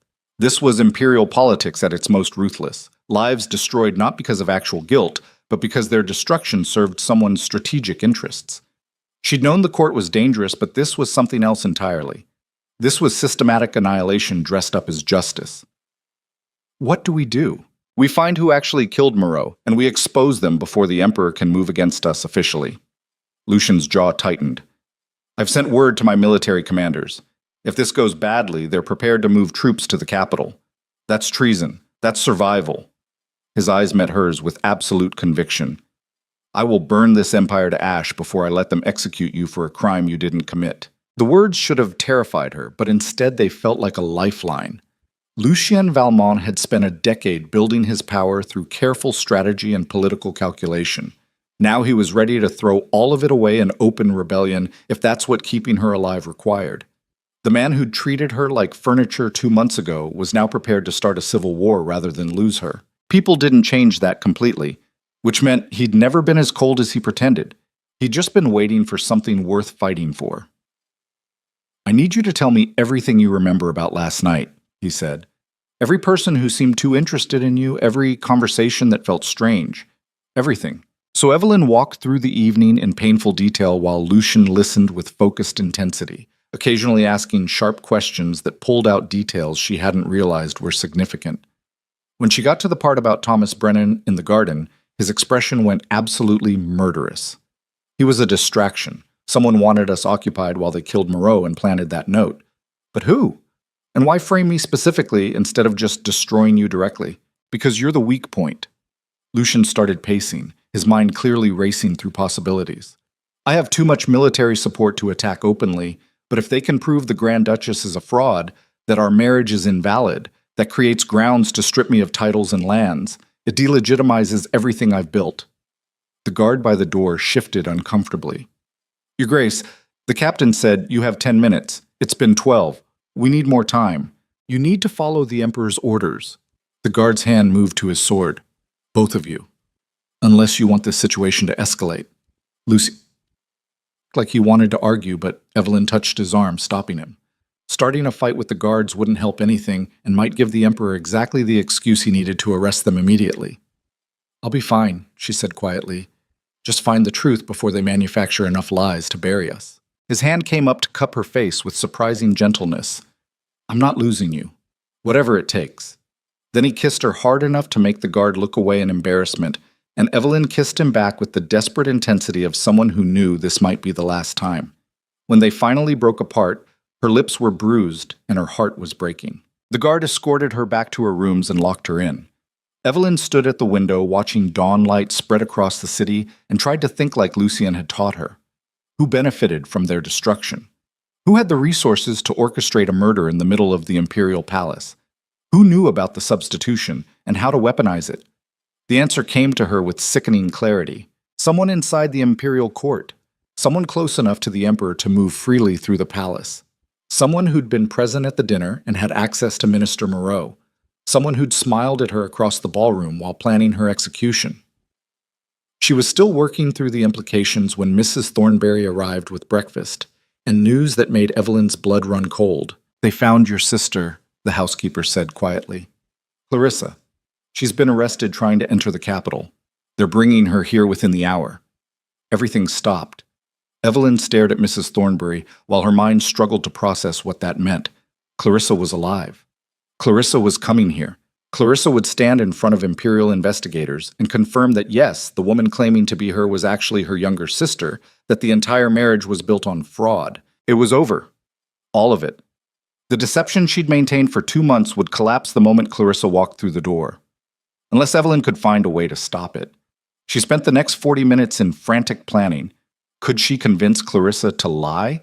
To maintain the deception even under imperial interrogation? It seemed impossible.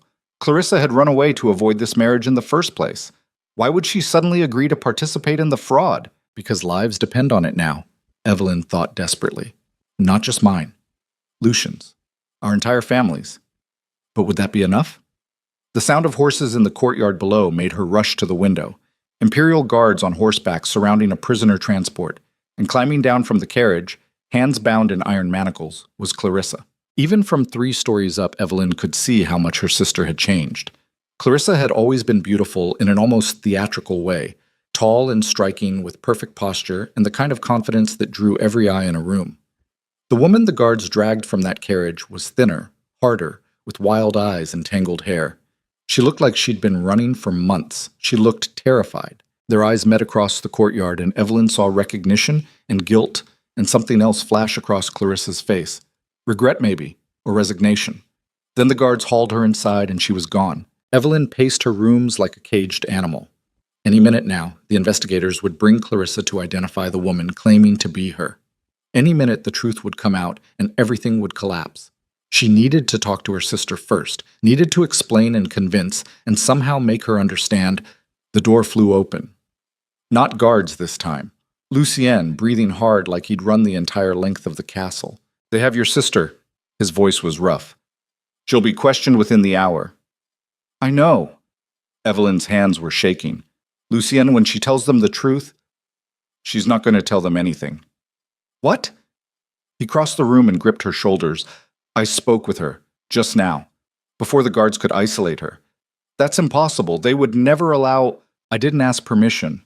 His smile was sharp and dangerous. I told you I'd do whatever was necessary. That includes breaking imperial protocols. What did she say? She told me everything. About why she ran, about what she discovered. Evelyn's heart stopped. Tell me. Lucien pulled her to the window where they'd have at least the illusion of privacy and pitched his voice low enough that only she could hear. 3 months ago, your sister was approached by someone in the imperial court. They wanted to recruit her as an informant, to spy on me after the marriage, to report on my military activities and political alliances. When she refused, they threatened your family, said they'd expose your father's debts and have him arrested unless she cooperated. That's why she ran. That's why she tried to run. But before she could leave the capital, she witnessed something she wasn't supposed to see. A meeting between Minister Moreau and a group of nobles. They were planning a coup. Against the Emperor? Against me. Lucian's expression was carved from granite. They wanted to use evidence of marriage fraud to strip me of my titles and lands, then move against my military commanders before they could organize resistance. Moreau was coordinating the whole thing. Then who killed him? Someone who wanted the coup to fail, but needed us to take the blame. Lucian's eyes were cold with understanding. Someone who benefits from both the conspirators being eliminated and us being destroyed in the process. The Emperor. The Emperor. The pieces fell into place with terrible clarity. The entire evening had been orchestrated, luring them to the palace, separating them in the garden, murdering Moreau, and framing them for it. The investigation wasn't meant to find the truth. It was meant to provide legal cover for destroying the two biggest threats to imperial power. Lucien with his military strength, and the conspirators who'd been foolish enough to plot openly. Everyone loses except the Emperor, Evelyn whispered, which means we can't win by proving our innocence. We can only survive by changing the game entirely. How? Lucien pulled something from inside his coat. The papers Thomas Brennan had tried to use for blackmail, now covered in Lucian's handwriting, notes and connections, and a web of conspiracy laid out in brutal detail. We go public, expose everything, the coup plot, the murder, the Emperor's involvement. We force the imperial court to choose sides, and we make damn sure they choose ours. That's suicide. The moment you accuse the Emperor of murder, I have 3,000 troops within a day's march of the capital. The Emperor has maybe 1,500 palace guards and whatever city garrison he can rally. If this turns into open conflict, I will win. And how many thousands die in the process? The question hung between them, and Evelyn saw the weight of it settle on Lucien's shoulders. This was the calculation he'd been running since the moment they'd been placed under house arrest. How many lives was their survival worth? How much blood could he justify spilling to protect one woman who'd walked into his life by accident? She watched him wrestle with it and saw the moment he made his choice. Saw something fundamental shift in his expression from strategic calculation to absolute conviction. None, he said quietly, if I can help it. Which is why we're not starting a war. Then what are we doing? We're giving the Emperor a way out. A political solution that lets him save face while we survive. Evelyn stared at him. What kind of solution? Lucian's smile was sharp enough to cut. We proved Clarissa was the target all along, that she uncovered the coup and went into hiding, that Minister Moreau was killed by his own co-conspirators to silence him, that the note claiming you're not Clarissa was planted by the conspirators to discredit us and prevent us from exposing them. But that's a lie. Yes, built on the foundation of our original lie. He gripped her hands. But it's a lie the Emperor can accept. It lets him execute the surviving conspirators as traitors, consolidates his power, and keeps me loyal because he spared my wife. Everyone wins, except the truth. The truth doesn't matter in imperial politics. Only power and survival. He was right, and Evelyn knew it. This was the world they lived in, built on carefully constructed fictions and strategic deceptions. Fighting it would get them killed. The only way through was to build a better lie and sell it hard enough that people chose to believe it. What about Clarissa? She'll have to... She's already agreed. Lucian's expression softened slightly. Your sister is terrified and exhausted, and desperate to make amends for abandoning you. She'll testify to whatever we need her to say. And when this is over, when we've survived this and the Emperor's moved on to his next crisis, what happens to her? We protect her. Give her enough money to disappear properly this time. Set her up somewhere far from the capital where she can build a life that doesn't involve imperial conspiracies. You've thought of everything. I've had a very motivated few hours. He touched her face gently. I told you, I'm not losing you. The door crashed open. Captain Voss with a contingent of guards, their expressions grim. Grand Duke Valmont, you're in violation of house arrest terms. Return to your quarters immediately. In a moment. Lucien didn't even look at him. Now, Your Grace, or I'll have my men remove you by force. Lucien turned slowly and the temperature in the room dropped 10 degrees. You're welcome to try, Captain, but I should warn you that attempting to physically restrain me tends to end poorly for the people involved. The guards' hands moved to their weapons, but Voss held up a hand, stopping them. This was a man who'd survived decades of court politics by knowing when to push and when to retreat. 2 minutes, he said. Then I'm coming back with twice as many men. He withdrew and Lucien turned back to Evelyn. Tonight, he said urgently. During the formal interrogation, Clarissa will testify that she went into hiding after discovering the coup. You'll confirm her story and present this evidence. His hand pressed the papers into hers. I've documented everything: meeting dates, participating nobles, financial transfers. It's enough to hang 20 conspirators and make the Emperor look competent for rooting them out. And if he doesn't accept the narrative, if he decides we're still too dangerous to let live, then tomorrow morning my troops enter the capital and we find out if I'm as good a general as my reputation suggests. His eyes were hard as Arctic ice. But it won't come to that. The Emperor is a politician before he's anything else. He'll take the win I'm offering him. Evelyn looked at the papers in her hands. A masterwork of strategic lying, built on fragments of truth and desperation.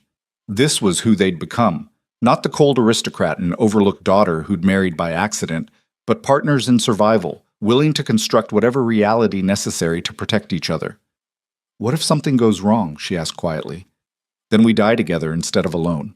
Is that acceptable? Evelyn thought about the girl she'd been 8 weeks ago, terrified and desperate, walking into a marriage she didn't want to save a family that barely noticed her. That girl would have been horrified by what she'd become, by the lies she'd told and the deceptions she'd maintained and the ruthless calculation she'd learned to wield like a weapon. But that girl wouldn't have survived this world, wouldn't have been strong enough or cold enough or desperate enough to do what survival required. Sometimes you had to become someone else entirely, just to stay alive. Sometimes the price of love was losing every soft part of yourself and replacing it with steel. Sometimes being worthy of protection meant becoming dangerous enough to fight alongside the person protecting you. Evelyn looked at Lucien and saw her own transformation reflected in his eyes. Two people who'd started as strangers, forced together by politics, who'd somehow found each other in the wreckage and decided that what they'd built was worth burning the empire down to defend. It's acceptable, she said. He kissed her hard and fast, then pulled back. Trust me. Trust Clarissa. And whatever happens in that interrogation room, don't break character. You're the Grand Duchess. You've never been anyone else. Hold that truth, and everything else will follow.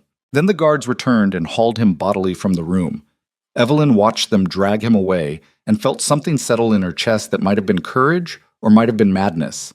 Maybe there wasn't much difference when you'd been backed into a corner with nowhere left to run. She spent the next 6 hours preparing, memorizing Lucien's documentation, rehearsing her testimony, building the facade of Clarissa Hartwell so thoroughly that she almost believed it herself. Mrs. Thornberry brought food she couldn't eat and wine she drained too quickly, and through it all the housekeeper said nothing but her presence felt like silent support. When the summons finally came, it was full dark outside. Captain Voss himself escorted her through the castle to what had once been the grand ballroom and was now an improvised interrogation chamber. Chairs arranged in a semicircle facing a single seat in the center. Imperial investigators seated like judges. The Emperor himself in a throne-like chair at the apex, watching her approach with the cold interest of a man observing an experiment. Evelyn walked to the center seat with her head high and her hands steady. She'd survived everything else. She'd survived this too. Clarissa was already there, seated off to the side with guards flanking her. Their eyes met, and Evelyn saw her sister's fear and guilt and desperate hope, saw the unspoken question. Can we actually pull this off? Evelyn gave the barest nod. We have to. The interrogation began with brutal efficiency. Questions fired from multiple investigators designed to catch inconsistencies and trap her in lies. When did you discover the coup plot? Who told you about Minister Moreau's involvement? Why didn't you report this to imperial authorities immediately? Evelyn answered each one with the story they'd constructed, weaving truth and fiction so seamlessly that she almost lost track of which was which. Yes, her sister had uncovered a conspiracy. Yes, they'd been terrified of retaliation. Yes, the murder was clearly an attempt by the conspirators to silence anyone who knew the truth. The Emperor watched it all without expression, giving nothing away. When it was Clarissa's turn, her sister delivered the performance of her life. Tearful and dramatic and utterly convincing, describing meetings she'd witnessed and documents she'd stolen and the terror that had driven her into hiding. She confirmed every detail of Evelyn's testimony and added flourishes that made the conspiracy feel even more dangerous. The investigators conferred in low voices. Captain Voss produced evidence that corroborated parts of the story, financial records that showed suspicious transfers between the named conspirators, correspondence that suggested coordination.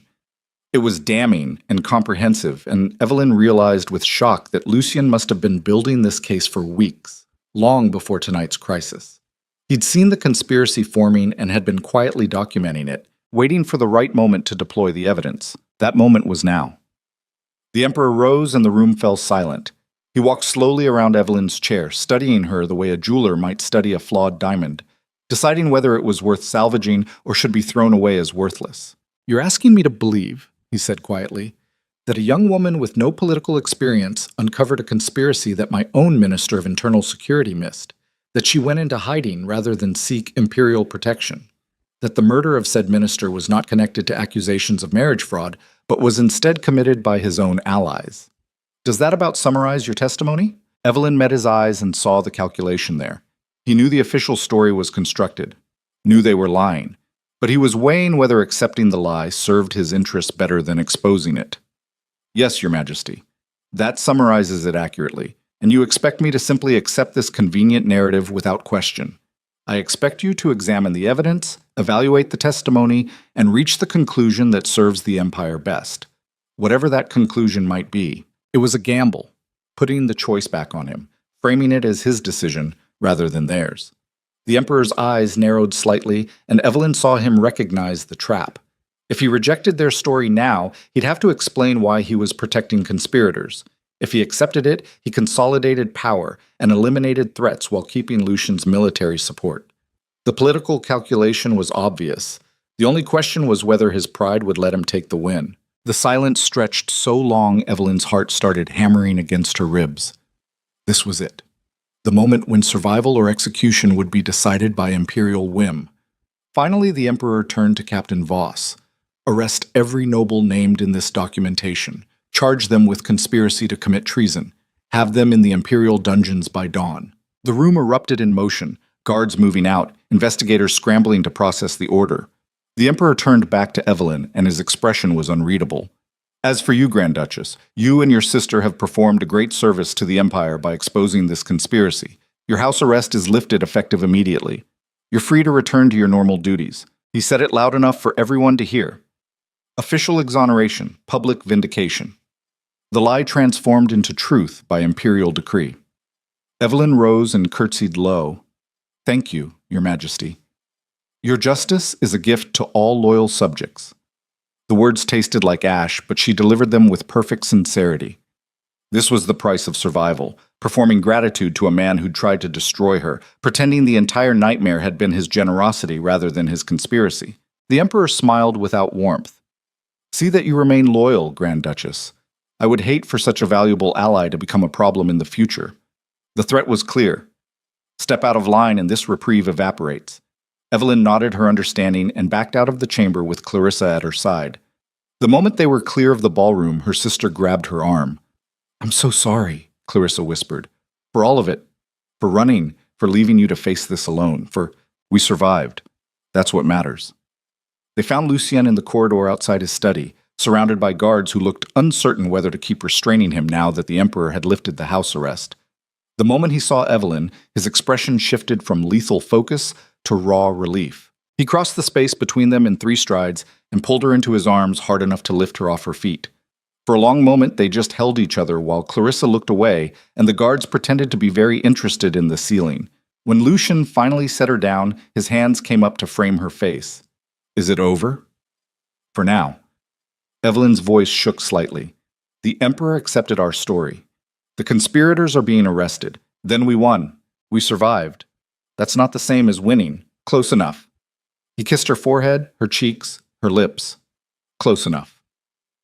The guards dispersed and the 3 of them stood alone in the corridor, Evelyn and Lucien and the sister who'd started this entire cascade of disasters. Clarissa looked between them and something like understanding crossed her face. "You love her," she said to Lucien.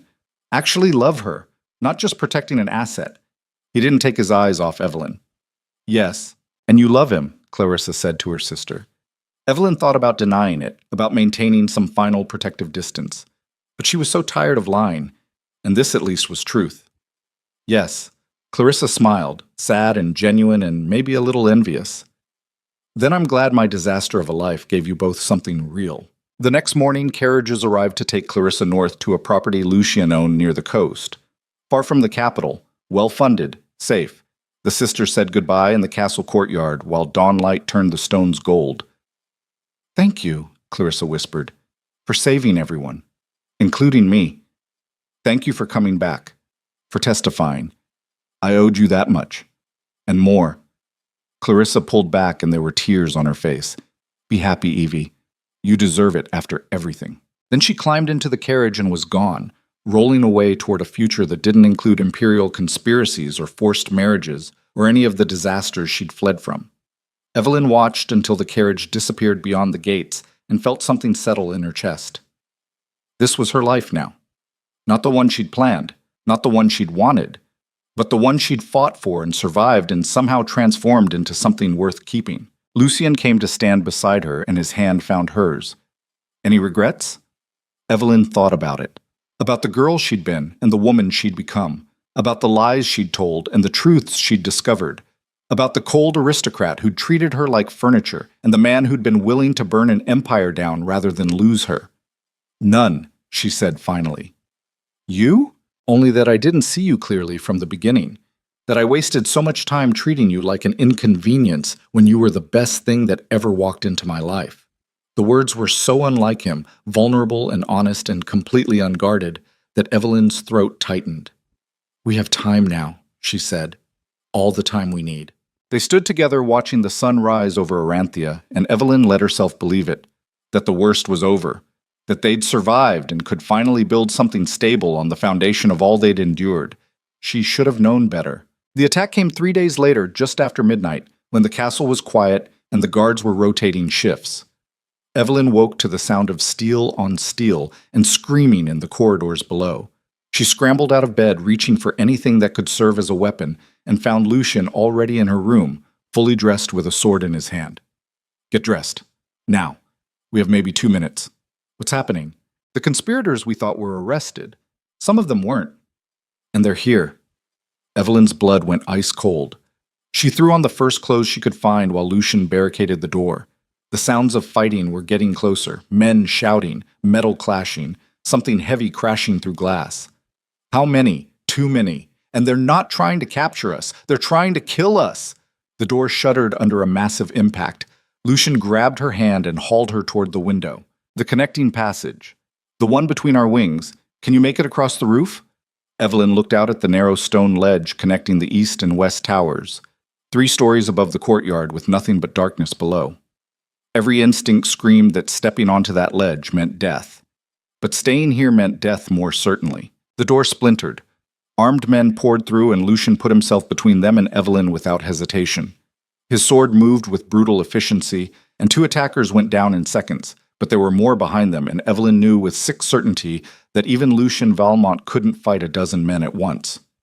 "Go!" he shouted. "I'll hold them, not without you. Then we go together." He killed another man and grabbed her hand, and they ran for the window.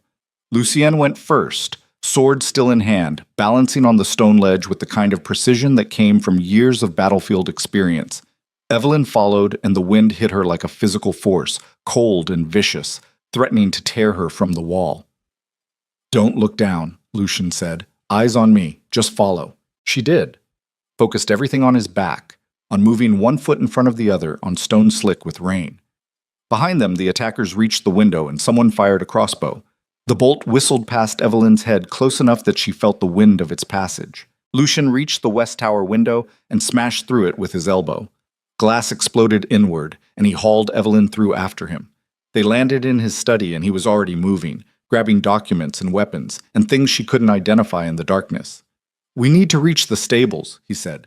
"Get horses," and the study door exploded inward and suddenly they were surrounded. 8 men in dark clothing with weapons drawn and faces hidden behind masks. Professional killers, the kind who didn't fail assignments. The leader stepped forward and pulled off his mask. Evelyn's world stopped. It was Captain Voss, the Imperial investigator. The man who was supposed to be hunting the conspirators was standing in Lucian's study with a blade in his hand and murder in his eyes. "Nothing personal, Your Graces," he said calmly, "but the Emperor changed his mind about letting you live. Turns out having a Grand Duke with military power and a Duchess who knows too many secrets is more risk than reward. You're lying, Lucian said flatly. The Emperor gave his word. The Emperor is a politician. His word lasts exactly as long as it's convenient. He gestured, and his men began closing in. You should have taken your victory and disappeared while you had the chance. There was nowhere to go. No window to escape through, no passage to run down.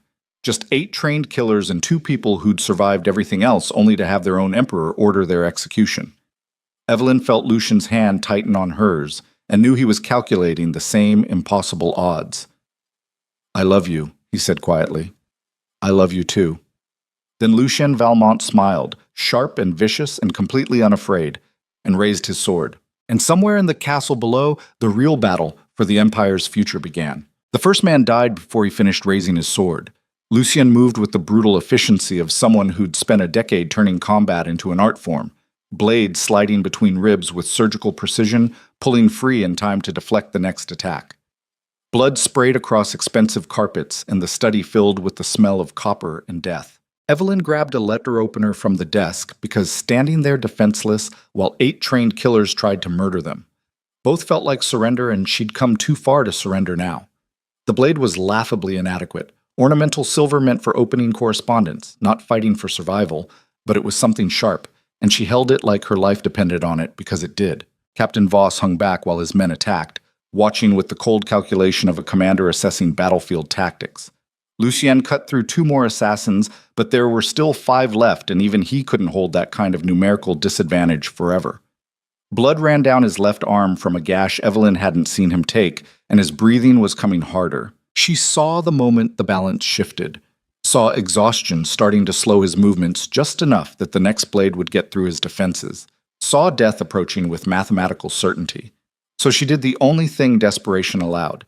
She threw herself at the nearest assassin with her letter opener raised and absolutely no idea what she was doing beyond creating enough chaos to buy Lucien another few seconds. The assassin turned toward her in surprise, and that hesitation cost him his life. Lucien's blade took him through the throat and he went down gurgling. But now there were 2 men between Lucien and Evelyn, cutting them off from each other, and Captain Voss was moving forward with his sword drawn and a smile that promised nothing good. You should have stayed quiet and accepted your exile, he said conversationally, circling toward Evelyn. The Emperor was willing to let you disappear. But you had to expose the conspiracy, had to make yourself too dangerous to ignore. We exposed traitors, Evelyn said, backing away and trying to keep the desk between them. That was supposed to earn gratitude, not assassination. Gratitude in politics is just deferred revenge. You cost the Emperor valuable allies, made him look weak for not catching the conspiracy himself. That kind of embarrassment requires blood to wash away. Then you're killing us to salvage his pride. I'm killing you because it's profitable. The Emperor pays well for problems that disappear permanently. Across the room, Lucien had cut down another assassin but taken a blade to his side in the process. He was still fighting, but Evelyn could see him slowing, could see blood spreading across his shirt in a stain too large to survive. The realization hit her like ice water. They were going to die here, both of them. Murdered in his own castle by men following imperial orders. All the survival and strategy and desperate fighting would end here in pools of blood on expensive carpet, while the Emperor rewrote history to make them the villains. Unless she could change the equation. Evelyn's hand closed on something heavy on the desk behind her. A bronze statue of some martial figure, solid and weighted perfectly for throwing. She didn't let herself think about aim or probability or the 1,000 ways this could go wrong. She just hurled it at Captain Voss's head with every ounce of strength desperation could summon. It caught him across the temple with a crack that echoed through the study. He stumbled sideways, dazed, and Evelyn ran. Not toward Lucien, he was surrounded, and she'd just get them both killed trying to reach him. Toward the door, toward the corridor beyond where there had to be guards or servants or someone who could stop this massacre. She made it 3 steps before someone grabbed her hair and yanked her backward hard enough to make her vision white out. Hit the floor on her back with impact that drove the air from her lungs. Looked up to see an assassin standing over her with his blade raised for a killing stroke. Time slowed. She saw the sword starting to descend. Saw her death written in the trajectory of that falling blade. Saw Lucien across the room screaming her name through a throat gone raw. The door exploded inward. Not guards, not servants. An entire platoon of soldiers in Valmont colors led by a man Evelyn recognized from portraits in the castle halls. Commander Marcus Thorne, Lucian's second in command, face twisted with rage as he took in the scene. "Kill them all!" he roared. The study descended into absolute chaos, Valmont soldiers pouring through the door to clash with the remaining assassins. Steel on steel and shouting, and the wet sounds of men dying.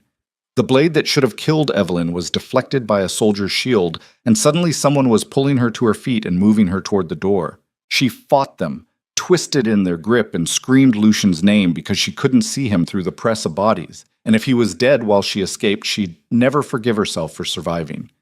Then the crowd parted, and there he was, still standing, still alive, covered in blood, his own and others', but breathing and conscious and already moving toward her with the single-minded focus of a man who'd walked through literal hell to reach safety. Their hands found each other and held on like drowning people clutching driftwood. The fighting lasted another brutal minute before the last assassin went down. Captain Voss tried to run, but Commander Thorne caught him at the door and drove a blade through his spine with enough force to pin him to the doorframe. The captain died without ceremony, just a final gurgle and the slow collapse of a body that had betrayed everything it was sworn to protect. Evelyn stood in the wreckage of Lucian's study and tried to process that they'd survived. Again. Against odds that should have been impossible. She looked at Commander Thorne and saw him kneeling before Lucian with something like worship in his eyes. "Your Grace, I received your message about the Emperor's betrayal. I brought every man within an hour's ride. Are you—" "I'm alive." Lucian's voice was rough with pain and exhaustion. "Thanks to you. How did you know to come to the study specifically?" One of the maids saw armed men entering through the servants' passages.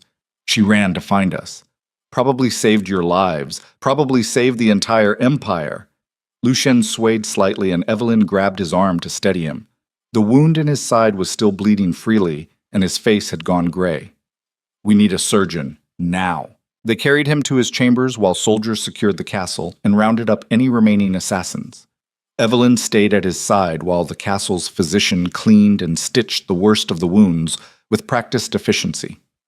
The gash in his side was deep, but had missed vital organs by fingers. The cut on his arm was mostly superficial. He'd survive, had survived, but it had been close enough to leave her hands shaking. When the physician finally left them alone, Lucian grabbed her wrist with blood-stained fingers. "You threw a statue at a trained killer's head. It was heavy bronze. Seemed like a waste not to use it. You could have been killed. I was about to be killed anyway. At least this way I went down fighting." He pulled her down onto the bed beside him and wrapped his arms around her despite the physician's orders to stay still. They lay there in the darkness while dawn light started filtering through the windows, and the sounds of soldiers moving through the castle provided a strangely comforting backdrop. "The Emperor sent assassins," Evelyn said quietly, "even after we gave him everything he wanted, even after we saved his throne from conspirators, because we know too much, because we're too powerful, because he's a politician, and politicians don't let potential threats survive no matter what promises they make." Lucian's voice was bitter with understanding. "I should have seen it coming. What do we do now? Now we stop playing defense and start taking ground." Evelyn pulled back to look at his face. "You're talking about war. I'm talking about survival. The Emperor just declared war on us by sending those assassins.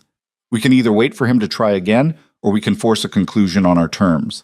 That conclusion ends with the Empire in flames. That conclusion ends with us alive and the Emperor realizing that destroying us costs more than tolerating us." Lucian's eyes were hard. "I have 5,000 troops loyal to me personally. The Emperor has maybe 3,000 palace guards and scattered garrisons. If I march on the capital, he can't stop me. And how many civilians die when you besiege the city?" The question stopped him. Evelyn watched the calculation run behind his eyes. Tactical advantage weighed against human cost, victory measured in lives destroyed. This was the edge she'd seen him walk since the moment they'd met. The line between strategic brilliance and ruthless brutality. Between protecting what mattered and becoming the monster everyone already believed him to be. She touched his face gently and felt him lean into her palm like a man starving for human contact. "There has to be another way," she said.